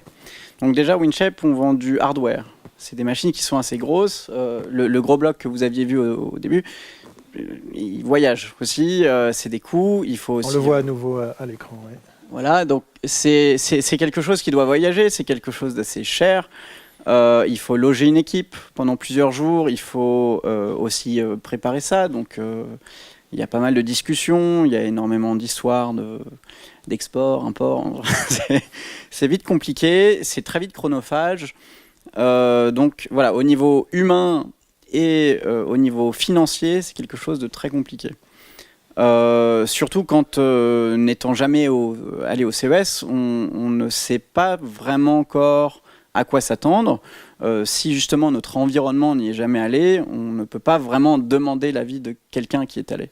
Ce qui est super dans le fait qu'une délégation soit venue, un pavillon suisse se soit développé, c'est que maintenant il y a des personnes qui peuvent parler à des startups qui seront là demain, après-demain, en disant mais si, ça vaut le coup, pourquoi, parce que, etc. Donc maintenant, il y a un peu un message qui peut être lancé, et puis voilà, avec le soutien d'entités comme Présence Suisse, on a aussi été soutenu par l'État de Genève. Donc sans ces divers soutiens, et puis même le pavillon suisse, il n'y a pas eu que Présence Suisse, il y a eu SGE, il y a eu une pléiade de personnes derrière, de manière directe et indirecte, qui nous ont aidés. Donc Winshape seul n'aurait jamais eu la capacité d'être présente. Donc on a eu une opportunité assez phénoménale qui aujourd'hui porte ses fruits, qui va encore les porter pendant un bon moment, je pense. Donc merci, vraiment. Et puis j'espère vraiment que c'est une expérience qui pourrait être renouvelée pour d'autres startups à l'avenir, parce que je pense que c'est hyper bénéfique pour un pays qui veut exporter de pouvoir aussi être visible. Parce que si notre marché, nos clients ne nous connaissent pas, on ne peut jamais aller chercher l'information d'une chose dont on n'a jamais entendu parler. Donc, de manière un peu bilatérale, c'est quelque chose d'hyper important, je pense, et qui ouvre... sans être dans le monde des startups, je ne sais pas si on réalise à quel point c'est des choses qui sont difficiles d'accès pour nous, et que des aides comme ça, c'est juste un Graal, quelque part. Donc, vraiment, ouais, c'est quelque chose... Est-ce à dire que pour vous deux, vous êtes devenus des ambassadeurs de la Suisse à quelque part, avec votre expérience, avec le vécu, les contrats peut-être que vous avez signés, les opportunités que vous avez rencontrées? J'aurais pas la prétention de parler d'ambassadeur à côté d'un ambassadeur. Mais j'espère que avec nos moyens, on offre la meilleure image possible, ça c'est clair. Andreas? Alors clairement oui, hein. On avait les petits chocolats suisses sur notre stand. Non mais plaisanterie mise à part, oui absolument. Je pense que, moi j'étais dans l'industrie, aujourd'hui j'ai une start-up, donc je ne suis pas le parcours habituel. Les startups, c'est le travail de demain, c'est nos postes de demain, l'innovation. Nous, on est tout le monde le sait, on a des postes à valeur ajoutée, donc on doit faire la promotion de ça. Donc, c'est clair, la Suisse, et en fait, le fait d'être une start-up suisse sur un stand de la Poste française, tout le monde en rigolait, c'était une image extrêmement positive. Donc oui, il faut et bravo. Donc, je pense que la seule chose qu'on peut dire, c'est pourquoi que maintenant, quoi. Mais bravo de cette initiative, et il faut pouvoir continuer à développer cette présence suisse au CES. C'est là que ça se passe. Une question pour vous tous. S'il y avait peut-être une baguette magique pour améliorer l'image de la Suisse, on a parlé le top 3 ou le top 5 des pays les plus innovants, on a parlé des brevets par tête de pipe, on a parlé du savoir-faire, la fiabilité, la qualité. Quel serait le premier truc que vous changeriez sur notre façon de communiquer au-delà de nos frontières pour promouvoir notre pays, quel que soit le domaine? Allez, à tour de rôle. Oui, Bruno. Alors, on peut prendre l'exemple de la France avec son mouvement French Tech. Tout n'est pas bon à prendre dedans, mais je pense qu'il serait important d'avoir une sorte de label, quelque chose qui porte l'identité suisse. Alors ça a commencé cette année avec le petit blason Swiss Tech qui était mis sur la plupart des stands suisses, mais c'est quelque chose qu'il faut faire évoluer et qu'il faut rendre visible avec sa propre identité, sa propre existence. C'est pas juste dans un événement, il faut le développer. Et ça justement, c'est nous, chez Swiss for Tech, on voudrait que ceci arrive et que se développe. Oui, mais en même temps, on a la SGE, on a Présence Suisse, on a pléthore là, d'organismes, comme le citait très bien Nathalie. Est-ce que ce n'est pas là une pierre d'achoppement, un problème qu'il faudrait qu'on solutionne, de se noyer dans toutes ces appellations? Est-ce que la marque suisse ne pourrait pas vivre par elle-même toute seule? Oui, mais justement, la rendre visible, lui donner un nom. Voilà, Swiss Tech ou autre chose, mais lui donner un nom, et un nom qui soit existant, qui porte. Sans faire, comme je dis, il ne faut pas reproduire ce qu'a fait la French Tech parce que tout n'est pas bon à prendre. Il y a eu vraiment des débordements, des abus et une saturation. Tout n'est pas bon à prendre, mais il faut développer quelque chose, il faut développer une identité portée par des institutions, bien sûr. Alors, il y a plein de personnes spécialistes du marketing dans la salle. Vous avez le droit d'interagir, de poser des questions. Vous avez peut-être même une piste à donner pour peut-être répondre à cette fameuse question. Pendant ce temps, Stéphane, je vous laisse répondre. Alors j'ai peut-être une réponse un peu hors cadre, mais durant mes études à l'EPFL, j'ai fait ma 3e année à Atlanta. Donc c'est un véritable choc culturel parce que quand vous sortez de l'EPFL, c'est très scolaire, c'est très solidaire. Et puis vous arrivez là-bas, c'est la compétition et vous devez vous vendre dans vos études pour pouvoir avancer. Donc au niveau technique, c'était un grand deçà de l'EPFL, mais au niveau humain, c'était vraiment une expérience. Et la réflexion que j'aimerais apporter, c'est on ne change pas d'un jour au lendemain, mais par contre, on peut changer les générations qui sont en train de se former actuellement. Et pourquoi ne pas faire des cours d'entrepreneuriat au sein de l'école, de la formation obligatoire? Parce qu'au travers de ces cours, on est obligé de travailler ensemble, on est obligé de faire du pitching, on est obligé de faire du marketing. Il y a tout des aspects qui servent la génération d'après si on fait ça déjà au niveau de l'école et puis qu'on donne des cours d'entrepreneuriat, des projets. Et clairement, ça se fait aux États-Unis depuis, en tout cas à l'université, où on doit prendre des projets en main, les amener au bout, les vendre et puis les défendre aussi au niveau budgétaire. Et ça englobe tout un aspect marketing et vente qu'on n'a pas forcément en Europe, pas forcément en Suisse, mais vraiment de commencer dès le plus jeune âge à se poser ce genre de questions. Et je suis persuadé que ça va générer encore plus d'entrepreneurs en Suisse. Et c'est ce que, à mon sens, la Suisse a besoin pour se développer économiquement. Yann Bocchi de la HSSO, c'est une bonne idée? On doit bosser là-dessus? T'aurais dû venir faire tes études à Sierre. Non, plaisanterie mise à part, je suis entièrement d'accord avec ça. On en discutait juste un petit peu en aparté avec Sylvain. Je pense que c'est quelque chose qui se met en place maintenant de plus en plus. Je prenais l'exemple de Sierre, mais il y en a dans plein d'autres autres écoles. Mais voilà, avec ce Team Academy, c'est ce nouveau type de formation qui existe maintenant depuis bientôt 2 ans à Sierre, on est clairement dans ce domaine-là. Mais je rebondis aussi sur cet aspect-là. Pour répondre à ta question, Thierry, la visibilité, la marque, c'est une chose, mais derrière, je pense qu'il ne faut pas oublier que ce sont des personnes avant tout. Puis depuis tout à l'heure, j'ai dans mon angle de vision ici le roll-up de Swiss Marketing Vaud, numéro 1 en networking. Et je pense que c'est ça aussi l'important dans ce genre d'initiative. Le pavillon suisse, cette année, a laissé un espace de rencontre aux gens. Et pour moi, ça, c'est primordial. Parce que c'est vrai que ça fait toute la différence, je pense, quand on est dans cet Europark, avec un stand qui fait 1 mètre carré, enfin 1 mètre de large sur 2 mètres de long, et quand on est sous une coupole avec des néons, comme c'était le cas ici. Alors oui, c'est peut-être un peu flashy, mais au moins, ça donne un espace de rencontre. Et tu parlais de la volière tout à l'heure. Moi, ce que j'ai bien apprécié, c'était la scène de ce pavillon et tous les espaces de networking, la soirée bière. Alors ça, c'est peut-être le côté valaisan qui ressort, d'accord, de l'apéro. Mais voilà, de laisser des espaces de rencontre, je pense que c'est moi ce que je retiens le plus marquant de cette première expérience. D'autres avis? Alors je suis désolé, je vais un peu contredire, mais alors je l'ai peut-être fait avant vous encore. À l'époque, il n'y avait pas de start-up. Je trouve qu'aujourd'hui, il y a beaucoup de start-up. Il y a les jeunes, ils ont envie de créer, ils ont plus envie d'aller dans les petites sociétés que dans les grandes. Donc je pense que le travail il a été fait. Et je ferai une pique à la partie de financement. Il y a beaucoup de gens qui ont fait fortune, des entrepreneurs. Il y a beaucoup trop d'argent. On a des taux d'intérêt négatifs. Comment se fait-il qu'en Europe, contrairement aux États-Unis, on n'arrive pas à financer les start-up? Ou, enfin, nous, on est dans le cas, on cherche des financements, c'est un chemin de croix. Et aux États-Unis, en fait, comme j'ai dit avant, il y a besoin d'une vision. Il n'y a même pas forcément besoin d'un produit qui soit déjà réalisé. Donc voilà, donc je pense que si on pourrait augmenter ce flux de création d'entreprises, même si on sait qu'il y a une partie qui ne vont pas survivre. Mais je pense que les initiatives sont là, les écoles font du bon travail. Il y a vraiment aussi au niveau technique et au niveau des jeunes qui sortent.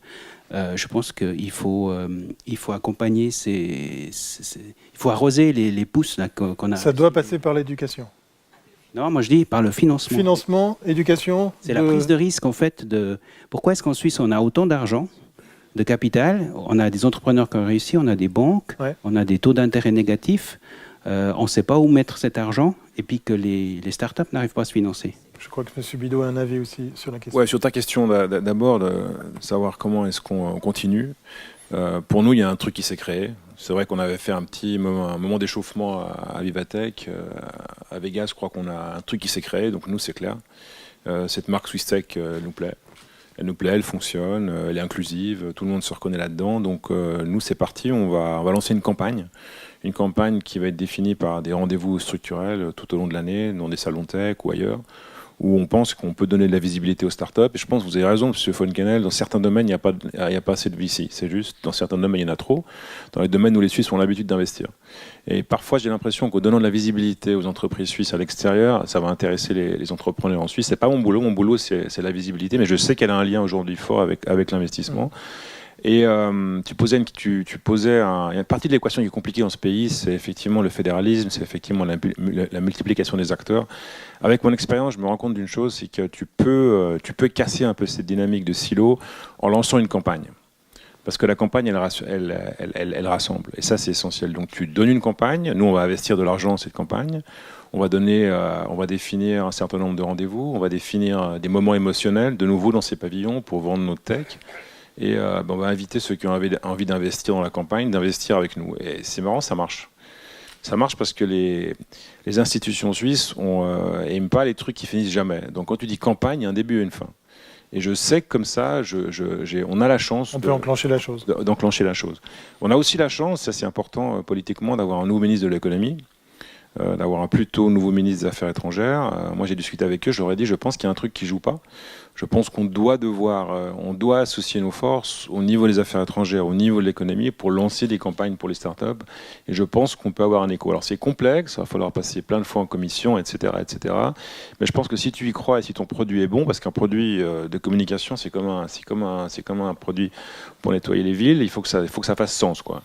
Donc c'est parti. Le rendez-vous à Vivatech, il est là. On va vous communiquer à tous le pitch du prochain show, qui va être différent de celui des drones, parce qu'on avait déjà fait les drones. Et là, les entreprises qui ont des choses à dire dans le cadre de notre show, elles sont les bienvenues gratuitement. Excellent, c'est à noter, hein, si jamais. N'hésitez pas à l'apéritif à échanger des cartes de visite. Est-ce à dire que notre ennemi numéro 1 est trop souvent le temps? Après, ça me permettra de poser la question à Monsieur CES. Cette prise de décision, cette mise en route, je sais combien c'est difficile, il faut convaincre, il faut embarquer beaucoup de monde dans tout ça. Est-ce que ça ne nous dessert pas à la longue? Oui, ça nous dessert, mais M. von Galen a dit une chose essentielle, c'est-à-dire que l'avenir de la Suisse, il est dans ces entreprises-là. Donc il faut, je pense, tout simplement, avoir la chance d'avoir une institution qui peut décider rapidement. C'est le cas de la mienne, en l'occurrence. Elle est légère, j'ai pas des millions, j'ai pas des budgets inépuisables, mais j'ai la capacité de décider vite. Et donc je pense qu'il en faut une qui décide vite, parce qu'après il y a un effet d'entraînement qui est très connu en Suisse. Hein. T'en as un qui a commencé, un peu la binkellerie du truc, et puis ça suit derrière, quoi. Et ça, je pense qu'on peut le faire. Moi, j'ai appris des trucs aussi au CES. Hein. On n'a pas seulement du succès. J'ai été voir tous les stands possibles, j'ai été voir tous les pays possibles pour voir ce que je trouvais de mieux. D'abord, j'ai vu qu'on avait fait juste parce que alors il y a comme tu l'as dit, Laurent, il y a Vivatech avec toutes ces, il y a Eureka avec toutes ces startups. Puis après, il y a un peu les gros pros, quoi, qui sont là depuis toujours. Et ce qui est très intéressant pour moi, c'est d'aller voir comment les pros se vendent, et de manière à en tirer quelque chose. Parce que vous avez raison, les Américains savent se vendre mieux que nous, et ça va changer parce que c'est ce qu'on veut faire, on veut changer. Et le stand qui m'a le plus frappé, c'est le moins tech. Et moi, ça m'a fait vraiment réfléchir. Le stand Google, qui est le sponsor numéro 1, son pavillon Google, il y a zéro tech. C'est un truc en bois où on se sentait chez soi, et en fait, la technologie, elle était embedded. Hein, on la voyait plus. C'était l'homme, la femme, une famille, la société qui était là, et puis la technologie pour ces objectifs-là. Moi, ça m'a complètement fait réfléchir. Ce qu'on va faire à Paris, c'est ça. À Paris, je vais raconter la vie d'un couple suisse où la technologie, on ne la verra pas, mais on verra comment est-ce que certaines startups peuvent améliorer, faire progresser la vie des individus. Ça, je l'ai appris là-bas. Le meilleur stand, c'était celui-là, où on a commencé à dépasser l'idée de la tech pour la tech. Voilà. Mais revenir à la tech pour son but, qu'il soit good ou pas good, c'est égal, quoi. Une question pour justement monsieur spécialiste CES, Laurent Aymard. Là, je lance à nouveau une pique. Faut-il, oui ou non, s'inspirer, comparer la Suisse versus la France? On a beaucoup parlé de la French Tech. On a vu les politiques venir les années précédentes. Il y a eu un gros impulse qui a été fait par rapport à ça, jusqu'à motiver des investisseurs à être obligés de faire le voyage. Est-ce qu'il faut absolument s'inspirer de cet exemple? Et si oui ou sinon, dans quelle mesure? Bon, on y a déjà un peu en partie répondu, mais si la Suisse va au CES et à Vivatech et dans plein d'autres événements, c'est évidemment pour se confronter aux autres, à la French Tech, pour se comparer, pour s'en inspirer, mais en fait certainement pas pour copier. Donc il faut prendre ici et là ce qui est bien fait, et c'est ce que je pense on a tous un peu fait en allant dans ces salons. Et puis, par exemple, on peut revenir du CES en disant « Oh, le pavillon suisse, c'était super, l'an prochain, il faut qu'il soit 3 fois plus grand. » c'est pas un objectif 3 fois plus grand. Il faut qu'on ait 3 fois plus de qualité, qu'on ait de belles histoires à raconter, comme Nicolas Bildo vient de le dire. C'était notre spécificité d'avoir un fil conducteur, d'avoir une animation. C'est-à-dire que la French Tech au CES, c'est 400 startups, 409 startups qui n'ont rien à se dire entre elles, qui sont dans des régions où il n'y a pas d'écosystème construit, pensé, où parfois même on se pose la question de comment le casting a été fait pour les emmener là. Donc c'est typiquement ce qu'on ne veut pas faire ici. On veut faire mieux que la French Tech, à la façon suisse, je pense. Un autre avis ? C'est pour compléter ce que vous dites. Le troisième jour, je crois, pendant le CES, je vois quelqu'un qui est là et qui est au milieu de notre stand et qui observe un petit peu et puis qui attend qu'on vienne le chercher. Je viens le voir, je lui dis, est-ce que je peux vous renseigner sur quelque chose ? Et il me dit, ouais, alors en fait, je travaille sur le pavillon sud-coréen qui était notre voisin, qui était 2 fois et demi plus grand que le nôtre. Et il me dit, j'aimerais voir celui qui a travaillé sur l'organisation du stand parce que j'aimerais savoir comment vous avez fait là, parce que nous, il n'y a personne et vous, c'est plein. Ils n'avaient pas de bière, je crois. Il n'y avait pas de bière, mais ils étaient très conventionnels dans leur approche. Oui.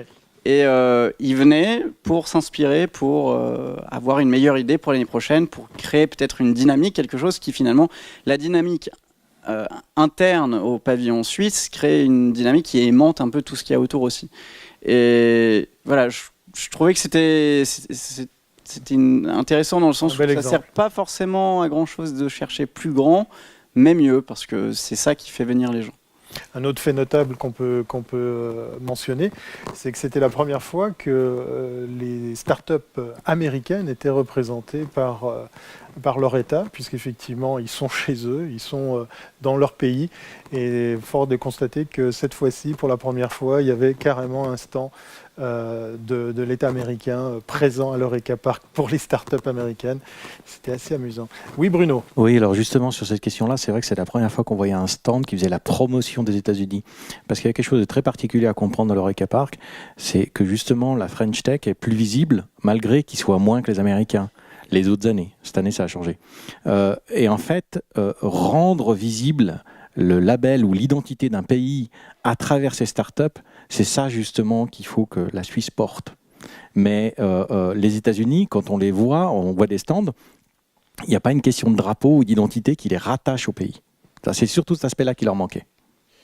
J'aimerais rajouter une chose, ce que j'ai appris aussi au fond au CES, c'est l'expérience de M. Fonkenel, parce que je pense qu'on peut faire la même chose. Je pense qu'on pourrait prendre des champions chez nous, des grosses boîtes, des Swisscom, certains représentants du luxe horloger, etc., et les amener à avoir la même démarche, parce que je trouve ça vachement intéressant ce qu'a fait la Poste, c'est-à-dire se présenter aussi comme une entreprise responsable par rapport au soutien des startups. Ça, on doit pouvoir le faire. J'en ai parlé avec Kudelski, qui est très fort là-bas. Il était très attentif à ça. J'en ai parlé aussi à Taguier, je leur ai dit, parce qu'on est en train de chercher des financements pour d'autres projets, je leur ai dit, mais comment vous n'êtes pas au CES, quoi ? Vous avez une montre connected qui est une belle montre, qui est un beau produit. Qu'est-ce que vous foutez, quoi ? Et ils y vont l'année prochaine. Et là, pour vous dire que c'est intéressant, mais l'idée d'être champions, l'idée d'avoir des grandes entreprises, même s'ils n'ont pas forcément des parts de marché aux États-Unis, qui présentent des petites entreprises, je trouve ça excellent, parce qu'au fond, l'image de la Suisse, pour l'instant, elle dépend beaucoup d'eux. Et donc, si eux arrivent à merger finalement la nouvelle image de la Suisse, ou en tout cas la succession à eux-mêmes, c'est vraiment un bon plan. Et ça, j'aimerais bien vraiment le pousser. Avant les questions du public, s'il y en a, peut-être 2 chiffres, Bruno. Combien de startups ou de sociétés suisses étaient présentes l'année passée ? Combien cette année ? Juste pour se donner une idée. On ne va pas non plus courir aux chiffres, mais c'est quand même notable. Alors, l'année dernière, dans la zone de l'Eureka Park, il y avait 7 startups. Cette année, il y en avait 28 sur le stand, sur le pavillon, et il y en avait, c'était plus de 35 dans la zone de l'Eureka Park. Je crois qu'on peut dire clairement que quelque chose de sérieux a été lancé. Dernière question pour messieurs Jacquard, Schwartz et monsieur Bidot. Il y aura une suite, rassurez-moi. Comment vous voyez, quels sont les points d'amélioration ? On ne va pas refaire le débat, mais comment vous voyez la suite ? On a déjà quelques éléments avec Vivatech. Dominique? Bénédicte? Oui, certainement, ouais, on va viser ou faire la mission de nouveau l'année prochaine. En fait, je peux que soulever l'importance vraiment de se déplacer. D'ailleurs, on fait environ 25 pavillons suisses dans l'année, dans différents secteurs, dans différents pays. Donc ça, c'est pour les exposants, mais aussi pour les délégations. On fait aussi d'autres délégations. On fait quelque chose pour les femmes en Inde, on va faire quelque chose pour les drones au Brésil, etc. Et c'est vraiment, vraiment crucial que les Suisses se déplacent, qu'ils ne restent pas dans leur propre coin, qu'ils vont visiter pour aller voir. On a parlé un peu des investisseurs. Si j'ose peut-être amener un exemple, on était voir aussi dans le cadre de cette mission, il y avait des investisseurs qui ont présenté comment ça marche aux États-Unis. En fait, c'était des partenaires de Nathalie. Et puis, on a appris que si, pour une société suisse, s'il veut rencontrer des dirigeants d'une société suisse ou pour d'autres pays, pour des Français, de rencontrer des Français, ou pour les Allemands, de rencontrer des Allemands, c'est plus facile de le faire en Silicon Valley que dans leur propre pays. Et ça, vous n'entendez pas en Suisse. Donc ça, c'est des petites leçons que vous prenez si vous vous déplacez, soit comme exposant ou comme visiteur d'une exposition partagée, participer dans une mission. Toutes ces années auparavant, la France l'a confirmé. C'est vrai qu'ils pourraient tous se voir à Paris, mais a priori, ça marche vraiment beaucoup mieux en se déplaçant. C'est un fait assez étrange. Et d'ailleurs, peut-être encore un dernier mot. Je pense qu'on sous-estime un tout petit peu les foires, les expositions dans les autres pays. Ici en Europe, c'est plutôt un peu en déclin, c'est vite, etc. Ça n'existe même plus, je pense. Et donc, par contre, là, si vous voyez ce CES aux États-Unis, c'est tout un autre monde. Ça boom, c'est plus grand, c'est gigantesque. Donc, c'est une autre mentalité. Là, il faut peut-être aussi sortir un peu de la mentalité suisse ou européenne. Justement, je vais profiter de ce point que tu as soulevé, Bénédicte, pour vous donner un ordre d'échelle. Parce qu'on parle beaucoup de CES en disant c'est immense, mais quelle est la dimension? Je pense que dans le monde, il y a deux principaux concurrents des expositions qui sont dans le même style. On a Vivatech, Vivatech est assez jeune. Faut voir que Vivatech, ils donnent 100 000 visiteurs, ils sont ouverts au public le 3e jour, donc c'est un petit peu particulier. Surface, c'est 51 000 mètres carrés. Il y a l'IFA à Berlin, qui est assez grand, c'est 162 000 mètres carrés. Il y a le CES Asia aussi, qui est en train de se développer, c'est 42 000 mètres carrés. Le CES à Las Vegas, c'est presque 350 000 mètres carrés. Il y a quelque chose en Suisse qui est assez grand, qui accueille le salon de l'auto actuellement, Palexpo. Palexpo, c'est 100 000 mètres carrés. Donc, le CES, ça fait 3 fois Palexpo. Voilà, pour vous donner un peu une ordre d'idée de la dimension. Et d'où la nécessité de bien préparer son voyage auparavant. Effectivement, pour visiter, il faut se préparer à l'avance. Un avis également, Nicolas, sur la suite? Bon, alors sur la suite, nous, on a commencé avec les drones et en fait, la campagne qui est liée aux drones, elle continue. Ça a été mentionné tout à l'heure. On va le faire à Sao Paulo, on continue avec la SJ. Et puis on va aller au Japon aussi avec les drones. Et ça, finalement, on finit l'exercice avec les drones qui sont quand même un produit très porteur et qui ouvre une pétée de porte sur le digital, sur la microtechnique, etc. À Vivatech, on ne peut pas le refaire. On peut pas refaire 2 fois la même chose. Donc là, comme je l'ai dit avant, je suis en train de réfléchir sur comment est-ce qu'on peut raconter une histoire autour de la technique au service qui permet aux individus de progresser. Donc je suis en train j'ai fini le scénario dans ma tête. C'est l'histoire d'un couple qui se réveille. Un couple qui se réveille et qu'on voit 4 fois dans la journée, c'est-à-dire le matin, au petit-déj, ensuite au bureau et puis à l'apéro. Et en fait, comment est-ce que des startups font vivre et améliorent la vie de tous les jours? Alors, je vous fais vite le matin, la fille se réveille, ça va être à Vivatech. Je suis à fond, je suis déjà dedans. Donc, la fille se réveille, etc. Et puis, elle a un moment où elle n'a pas très bien dormi, on se rend compte qu'elle est sur ce nouveau matelas Elite qui a des micros, et qui permet en fait, en fonction du son que vous faites quand vous ronflez, d'améliorer votre façon de dormir. Ensuite de ça, il y a une boîte qui s'appelle Domo Safety qui permet de calculer à l'intérieur même du matelas votre développement cardiaque, qui permet aussi de donner des informations. Ensuite de ça, elle regarde son bracelet. C'est quoi le bracelet? Ava, qui est le numéro 1 dans les startups, ce bracelet de fertilité. Elle se réveille, elle va mettre sa crème de jour, et là, elle a cette application qui permet de savoir quelles sont les composantes de la crème de jour, si c'est nocif ou pas pour sa vie. Voilà. Ça, c'est mon nouveau scénario que je vais un peu chauffer à Vivatech et que je vais probablement développer encore à Vegas parce que je pense que ce genre de show. Puis je vous dis pas que vous êtes déjà allé au théâtre. Au théâtre, il y a des tournettes comme ça qui vous permettent de bouger les décors. Ça fonctionne comme ça. Donc le matin, on est avec elle qui dort, paf, on tourne, il y a le mec qui prend son petit déj, sponsorisé par Nestlé, etc., etc. Ça, c'est notre prochain truc. Et je sais déjà, grâce à l'expérience qu'on a maintenant dans le monde des startups, que je peux raconter une histoire du matin au soir avec des USP suisses.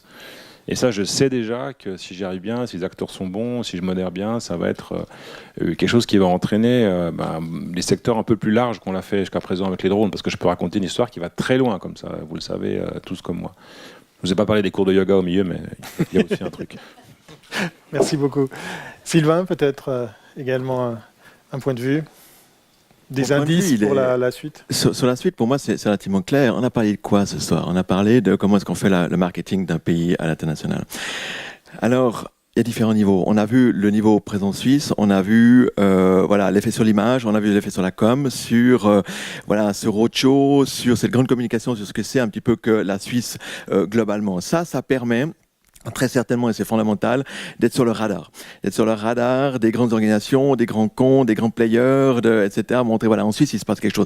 On l'a vu concrètement pendant le CES. On l'a vu au travers, par exemple, de visites du top management, par exemple, de LG, qui est venu pour visiter quelques startups présélectionnées. On a eu le top management aussi de Nissan Renault, qui a aussi voulu parler avec certaines startups. Ça permet d'être sur le radar. Est-ce que c'est suffisant? Certainement pas. Donc après, il s'agit pour nous, chez SGE, de capitaliser sur la chaîne de valeur. C'est la chaîne de valeur qui est fournie par tout cet écosystème, on l'a mentionné aujourd'hui, qui est dense en Suisse. Alors on peut voir ça comme quelque chose de relativement lourd. Il y a beaucoup d'acteurs au niveau fédéral, supracantonal, cantonal, voire même encore local, qui soutient l'innovation ou d'autres éléments. Moi, je prends plutôt ça comme une chance. Pourquoi? Parce que lorsque l'effet d'annonce est passé, lorsqu'on a communiqué de façon globale, c'est fondamental. Mais ça ne suffit pas parce qu'après, il faut descendre d'un niveau. Il faut descendre en profondeur. Il faut mettre les mains dans le cambouis avec toutes ces startups et ces PME et puis aller avec elles faire ce matchmaking, faire cette préparation avant l'événement qui est fondamental. Sinon, elles viennent, 4 jours, c'est passé comme ça, elles n'ont rien le temps de voir. Si la préparation n'est pas faite avant, j'ai envie de dire c'est inutile, et toute cette communication n'est pas forcément efficiente. Il y a un pendant et puis il y a un après. Alors chez nous, SGE, on a cette habitude, on le fait depuis 1927, on n'est pas aussi vieux que toi, on n'a encore pas fêté notre centenaire. On le fait depuis 1927, on accompagne plus de 5500 PME et start-up par année, donc on a cette habitude de faire ce travail avec elles sur le terrain, faire du concret, vraiment faire ce matchmaking pour développer leur business à l'international. Et puis ça passe par cette communication ensuite sur cette technologie, la communication sur la technologie de la Suisse, l'innovation de la Suisse, on le fait depuis plus de 15 ans, donc on a aussi cette expérience de pouvoir capitaliser sur tous ces acteurs de la Suisse avec qui on a l'habitude de travailler, tous ces acteurs régionaux et supracantonaux et nationaux et qui on a l'habitude de travailler. On l'a fait depuis plus de 15 ans aussi dans ce sens-là. Donc c'est clair que pour nous, ça fait du sens de poursuivre, ça fait du sens de continuer cette démarche au CES, d'aller à Barcelone, d'aller à Vivatech et d'aller dans toutes les autres foires dans lesquelles on est depuis des années et des années avec SGE. Merci beaucoup à vous tous. Je ne sais pas s'il y a des questions dans la salle. Si ce n'est pas le cas, je vais vous en poser. Ah oui, il y a une question. On va en prendre quelques-unes parce que vous n'avez pas osé le faire sur Internet. C'est tout là au fond. Voilà. Le micro arrive. Ça ne marche pas. Désolé. On aura testé la chose, on aura tenté. Moi, j'ai une question avant que... Oui, voilà, on va laisser monsieur nous la poser. Merci pour ces informations. J'aurais une question pour monsieur Bidot, Chanel ou madame Shempton. Est-ce que les porteurs d'innovation que vous cherchez sont des personnes ou des entreprises? Bonne question. En ce qui me concerne, c'est clairement des produits, parce que ce que je veux, c'est des produits, des end consumer products si possible, qui permettent d'illustrer notre savoir-faire. Mais cela dit, il y a une chose qui a été dit par Albéric, c'était que l'ambiance du pavillon suisse, elle était bonne, et pas seulement parce qu'on a réussi un bon truc et une bonne scène, c'est parce que les personnes qui portaient leurs produits étaient engagées, étaient forts, souriaient, étaient présents. Donc c'est quand même un sacré élément du marketing, la personne qui est là autour. Et tu vois tout de suite si c'est une valeur ajoutée. Mais moi, avant tout, c'est des produits qui vont pouvoir incarner finalement la capacité d'innovation de la Suisse. Juste pour rebondir là-dessus, avant le côté marketing, l'idée ne viendrait-elle pas de la personne elle-même? Enfin, j'ai l'impression que l'entreprise, c'est la matérialisation d'une idée, et l'idée vient de la personne. Si vous cherchez des porteurs d'innovation, pourquoi ne pas chercher des personnes? Oui, mais des personnes, si elles sont pas capables de me raconter, c'est un peu, qui c'est qui l'a dit avant, quelqu'un, ouais, vous avez dit qu'il fallait pas trop pitcher, qu'à la fin, c'est vous qui l'avez dit. C'est très intéressant. Vous avez dit raconter des histoires sur la captation d'images, et puis quelqu'un vous a dit, mon machin Nike. Donc, il y a quand même, à un moment donné, il faut commencer à raconter une histoire, et vous la racontez avec un produit quand même, quoi. Nathalie? Moi, ma réponse est assez simple, c'est les deux. On cherche une innovation, une vraie innovation, et quelque chose qui est difficile à copier via un brevet ou n'importe. Et comme on rentre assez tôt dans la phase de développement d'une société early stage, l'équipe, elle prime. C'est très important, l'équipe. Les chiffres, il n'y a pas grand-chose comme chiffre, c'est l'équipe. Et voilà, l'équipe, un petit peu de cheveux blancs, ça aide des fois. Moi, je parle pas pour mon cas, et puis un ingénieur seul, c'est bien quand il arrive à s'adosser avec un commercial qui sait vendre n'importe quoi. C'est assez simple. Oui, je rajouterais juste une chose aussi, justement, un des phénomènes que l'on voit beaucoup à l'Eureka Park, c'est que avoir l'opportunité de parler avec les fondateurs des startups, ceux qu'on crée, est quand même très différent que parler avec un commercial. C'est vrai, je rejoins ce que vous dites, aller chercher la personne derrière le produit, c'est important. C'est une identité, c'est ce que la personne a voulu créer, et la personne le communique bien sur sa passion, ainsi de suite. Mais ça ne fait pas tout. C'est vrai que le marketing, c'est aussi savoir vendre la chose. Et généralement, celui qui crée n'a pas la même vision. Et il faut quand même qu'il soit accompagné. Je rejoins ce qui a été dit. C'est très important d'être au moins à deux. Et l'engagement, en fait.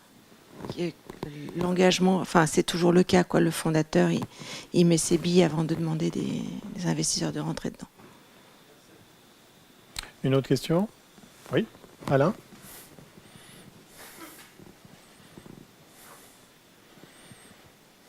Je voudrais insister sur l'aspect humain de l'affaire. C'est qu'en fait, ce qui a fait le succès visiblement de ce stand CES, j'y étais pas, mais je regrette bien, c'est l'histoire de l'équipe. C'est-à-dire qu'autour d'un noyau organisé, tout le monde tirait sur la même corde, avait la même envie de communiquer cet enthousiasme. Et je pense que si le stand grandit trop ou se disperse, on perdra cet esprit d'équipe. Je pense qu'il faut vraiment avoir une vision commune, quelque chose qui rallie les gens. Et ça, c'est les humains que vous allez rassembler sur ces stands et sur ces thèmes, même si c'est des thèmes produits. Et je pense que là, vous avez raison, M. Bidot, il faut parler de ce qu'on produit, de ce qui est concrètement proposé, et raconter des histoires là-dessus. Mais si tout le monde a cette même envie, garde cette orientation, garde le même point de fuite sur l'horizon, ça va aider à se différencier de ce que la French Tech propose, qui est une dispersion totale d'une image qui n'est même plus claire, y compris pour les participants. Donc je pense que le Swiss Tech, il doit rester Swiss Spirit aussi, et pas seulement dans une cohésion dans le produit ou dans ce qu'on propose, mais vraiment dans l'idée. Et là, les humains refont surface.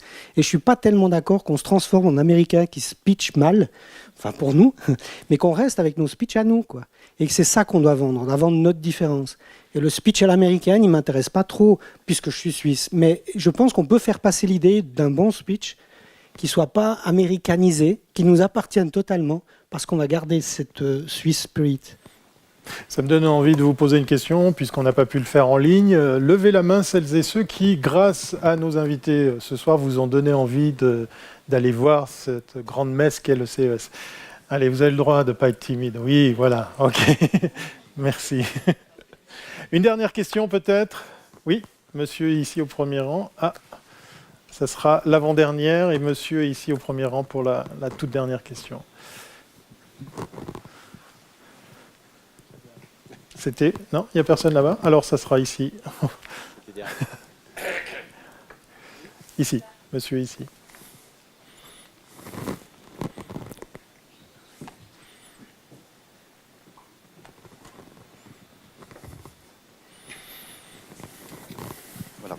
Alors en fait, ma question, elle a été générée par votre anecdote, Monsieur Dobler, au sujet de ce nano-forêt qui pouvait percer un micro-forêt.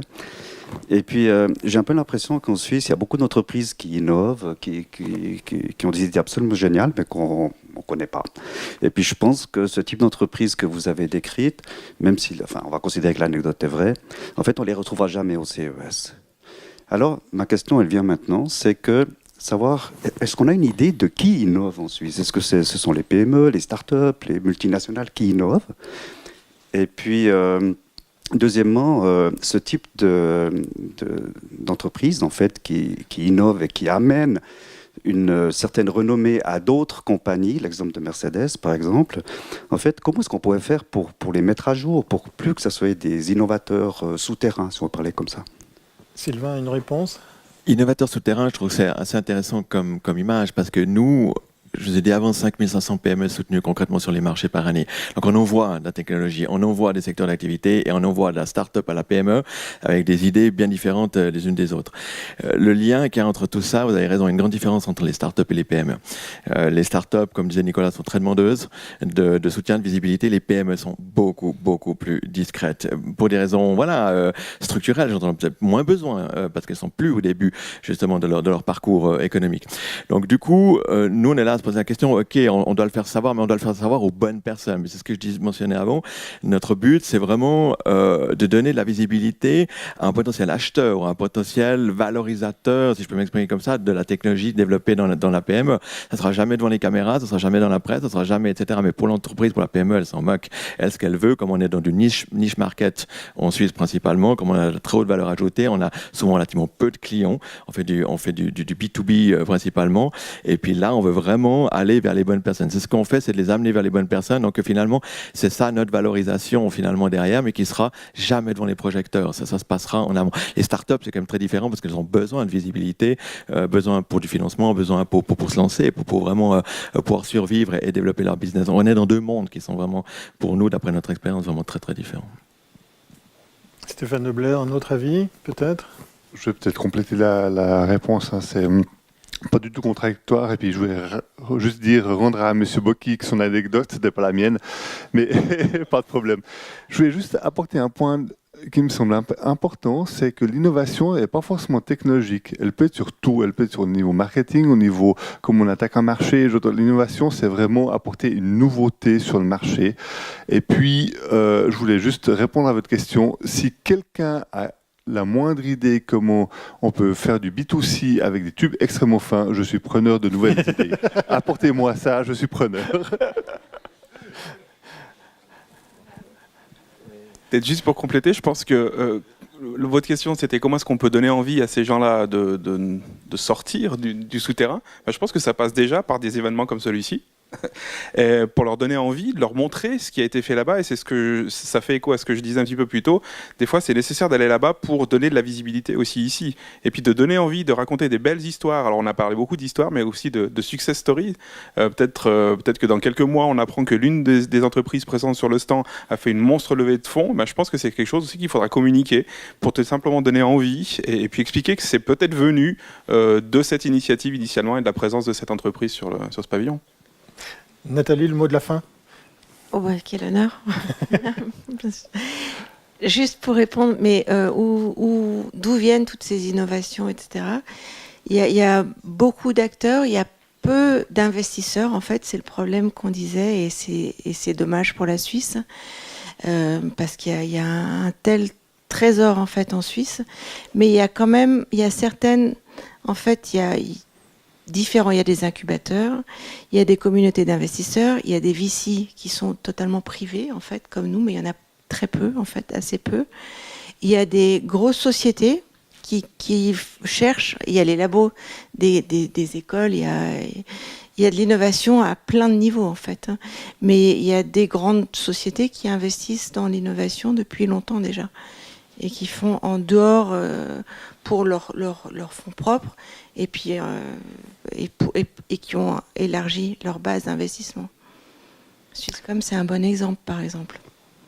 Tout des à fait. sociétés industrielles aussi. Tout à fait. Merci. Et juste un Allez, le dernier, petit mot. parce qu'on me pousse C'est pour d'autant l'apéro. plus dommage, effectivement, que en fait, il y a beaucoup quand même d'industries en Suisse. Il y a aussi beaucoup de fondations. Il y a beaucoup d'argent. Mais les taux sont négatifs, mais l'argent va très peu encore dans les startups. Donc là, il y a un vrai travail à faire, en fait. Ça sera peut-être le sujet d'une autre conférence, la prise de risque à la Suisse. Ça sera intéressant de voir si on peut le traiter. Merci beaucoup, Nathalie, Sylvain, Yann, Stéphane, Andreas, Alméric, Nicolas et Bruno, sans oublier Bénédicte et Laurent. Merci de nous avoir donné envie pour la plupart d'être du voyage pour le CES 2020 et toutes les autres grandes dates, tous les grands rendez-vous sur lesquels je vous invite à aller à la rencontre de l'innovation. Je remercie encore une fois la Maison Drapier qui est venue avec plein de cadeaux qu'on va essayer de se partager. Et puis je vous invite tous à rejoindre l'étage du Tom Café. N'hésitez pas à aller à la rencontre des speakers de ce soir, des intervenants, l'échange de cartes de visite est vivement conseillé. Merci et très belle soirée à vous tous.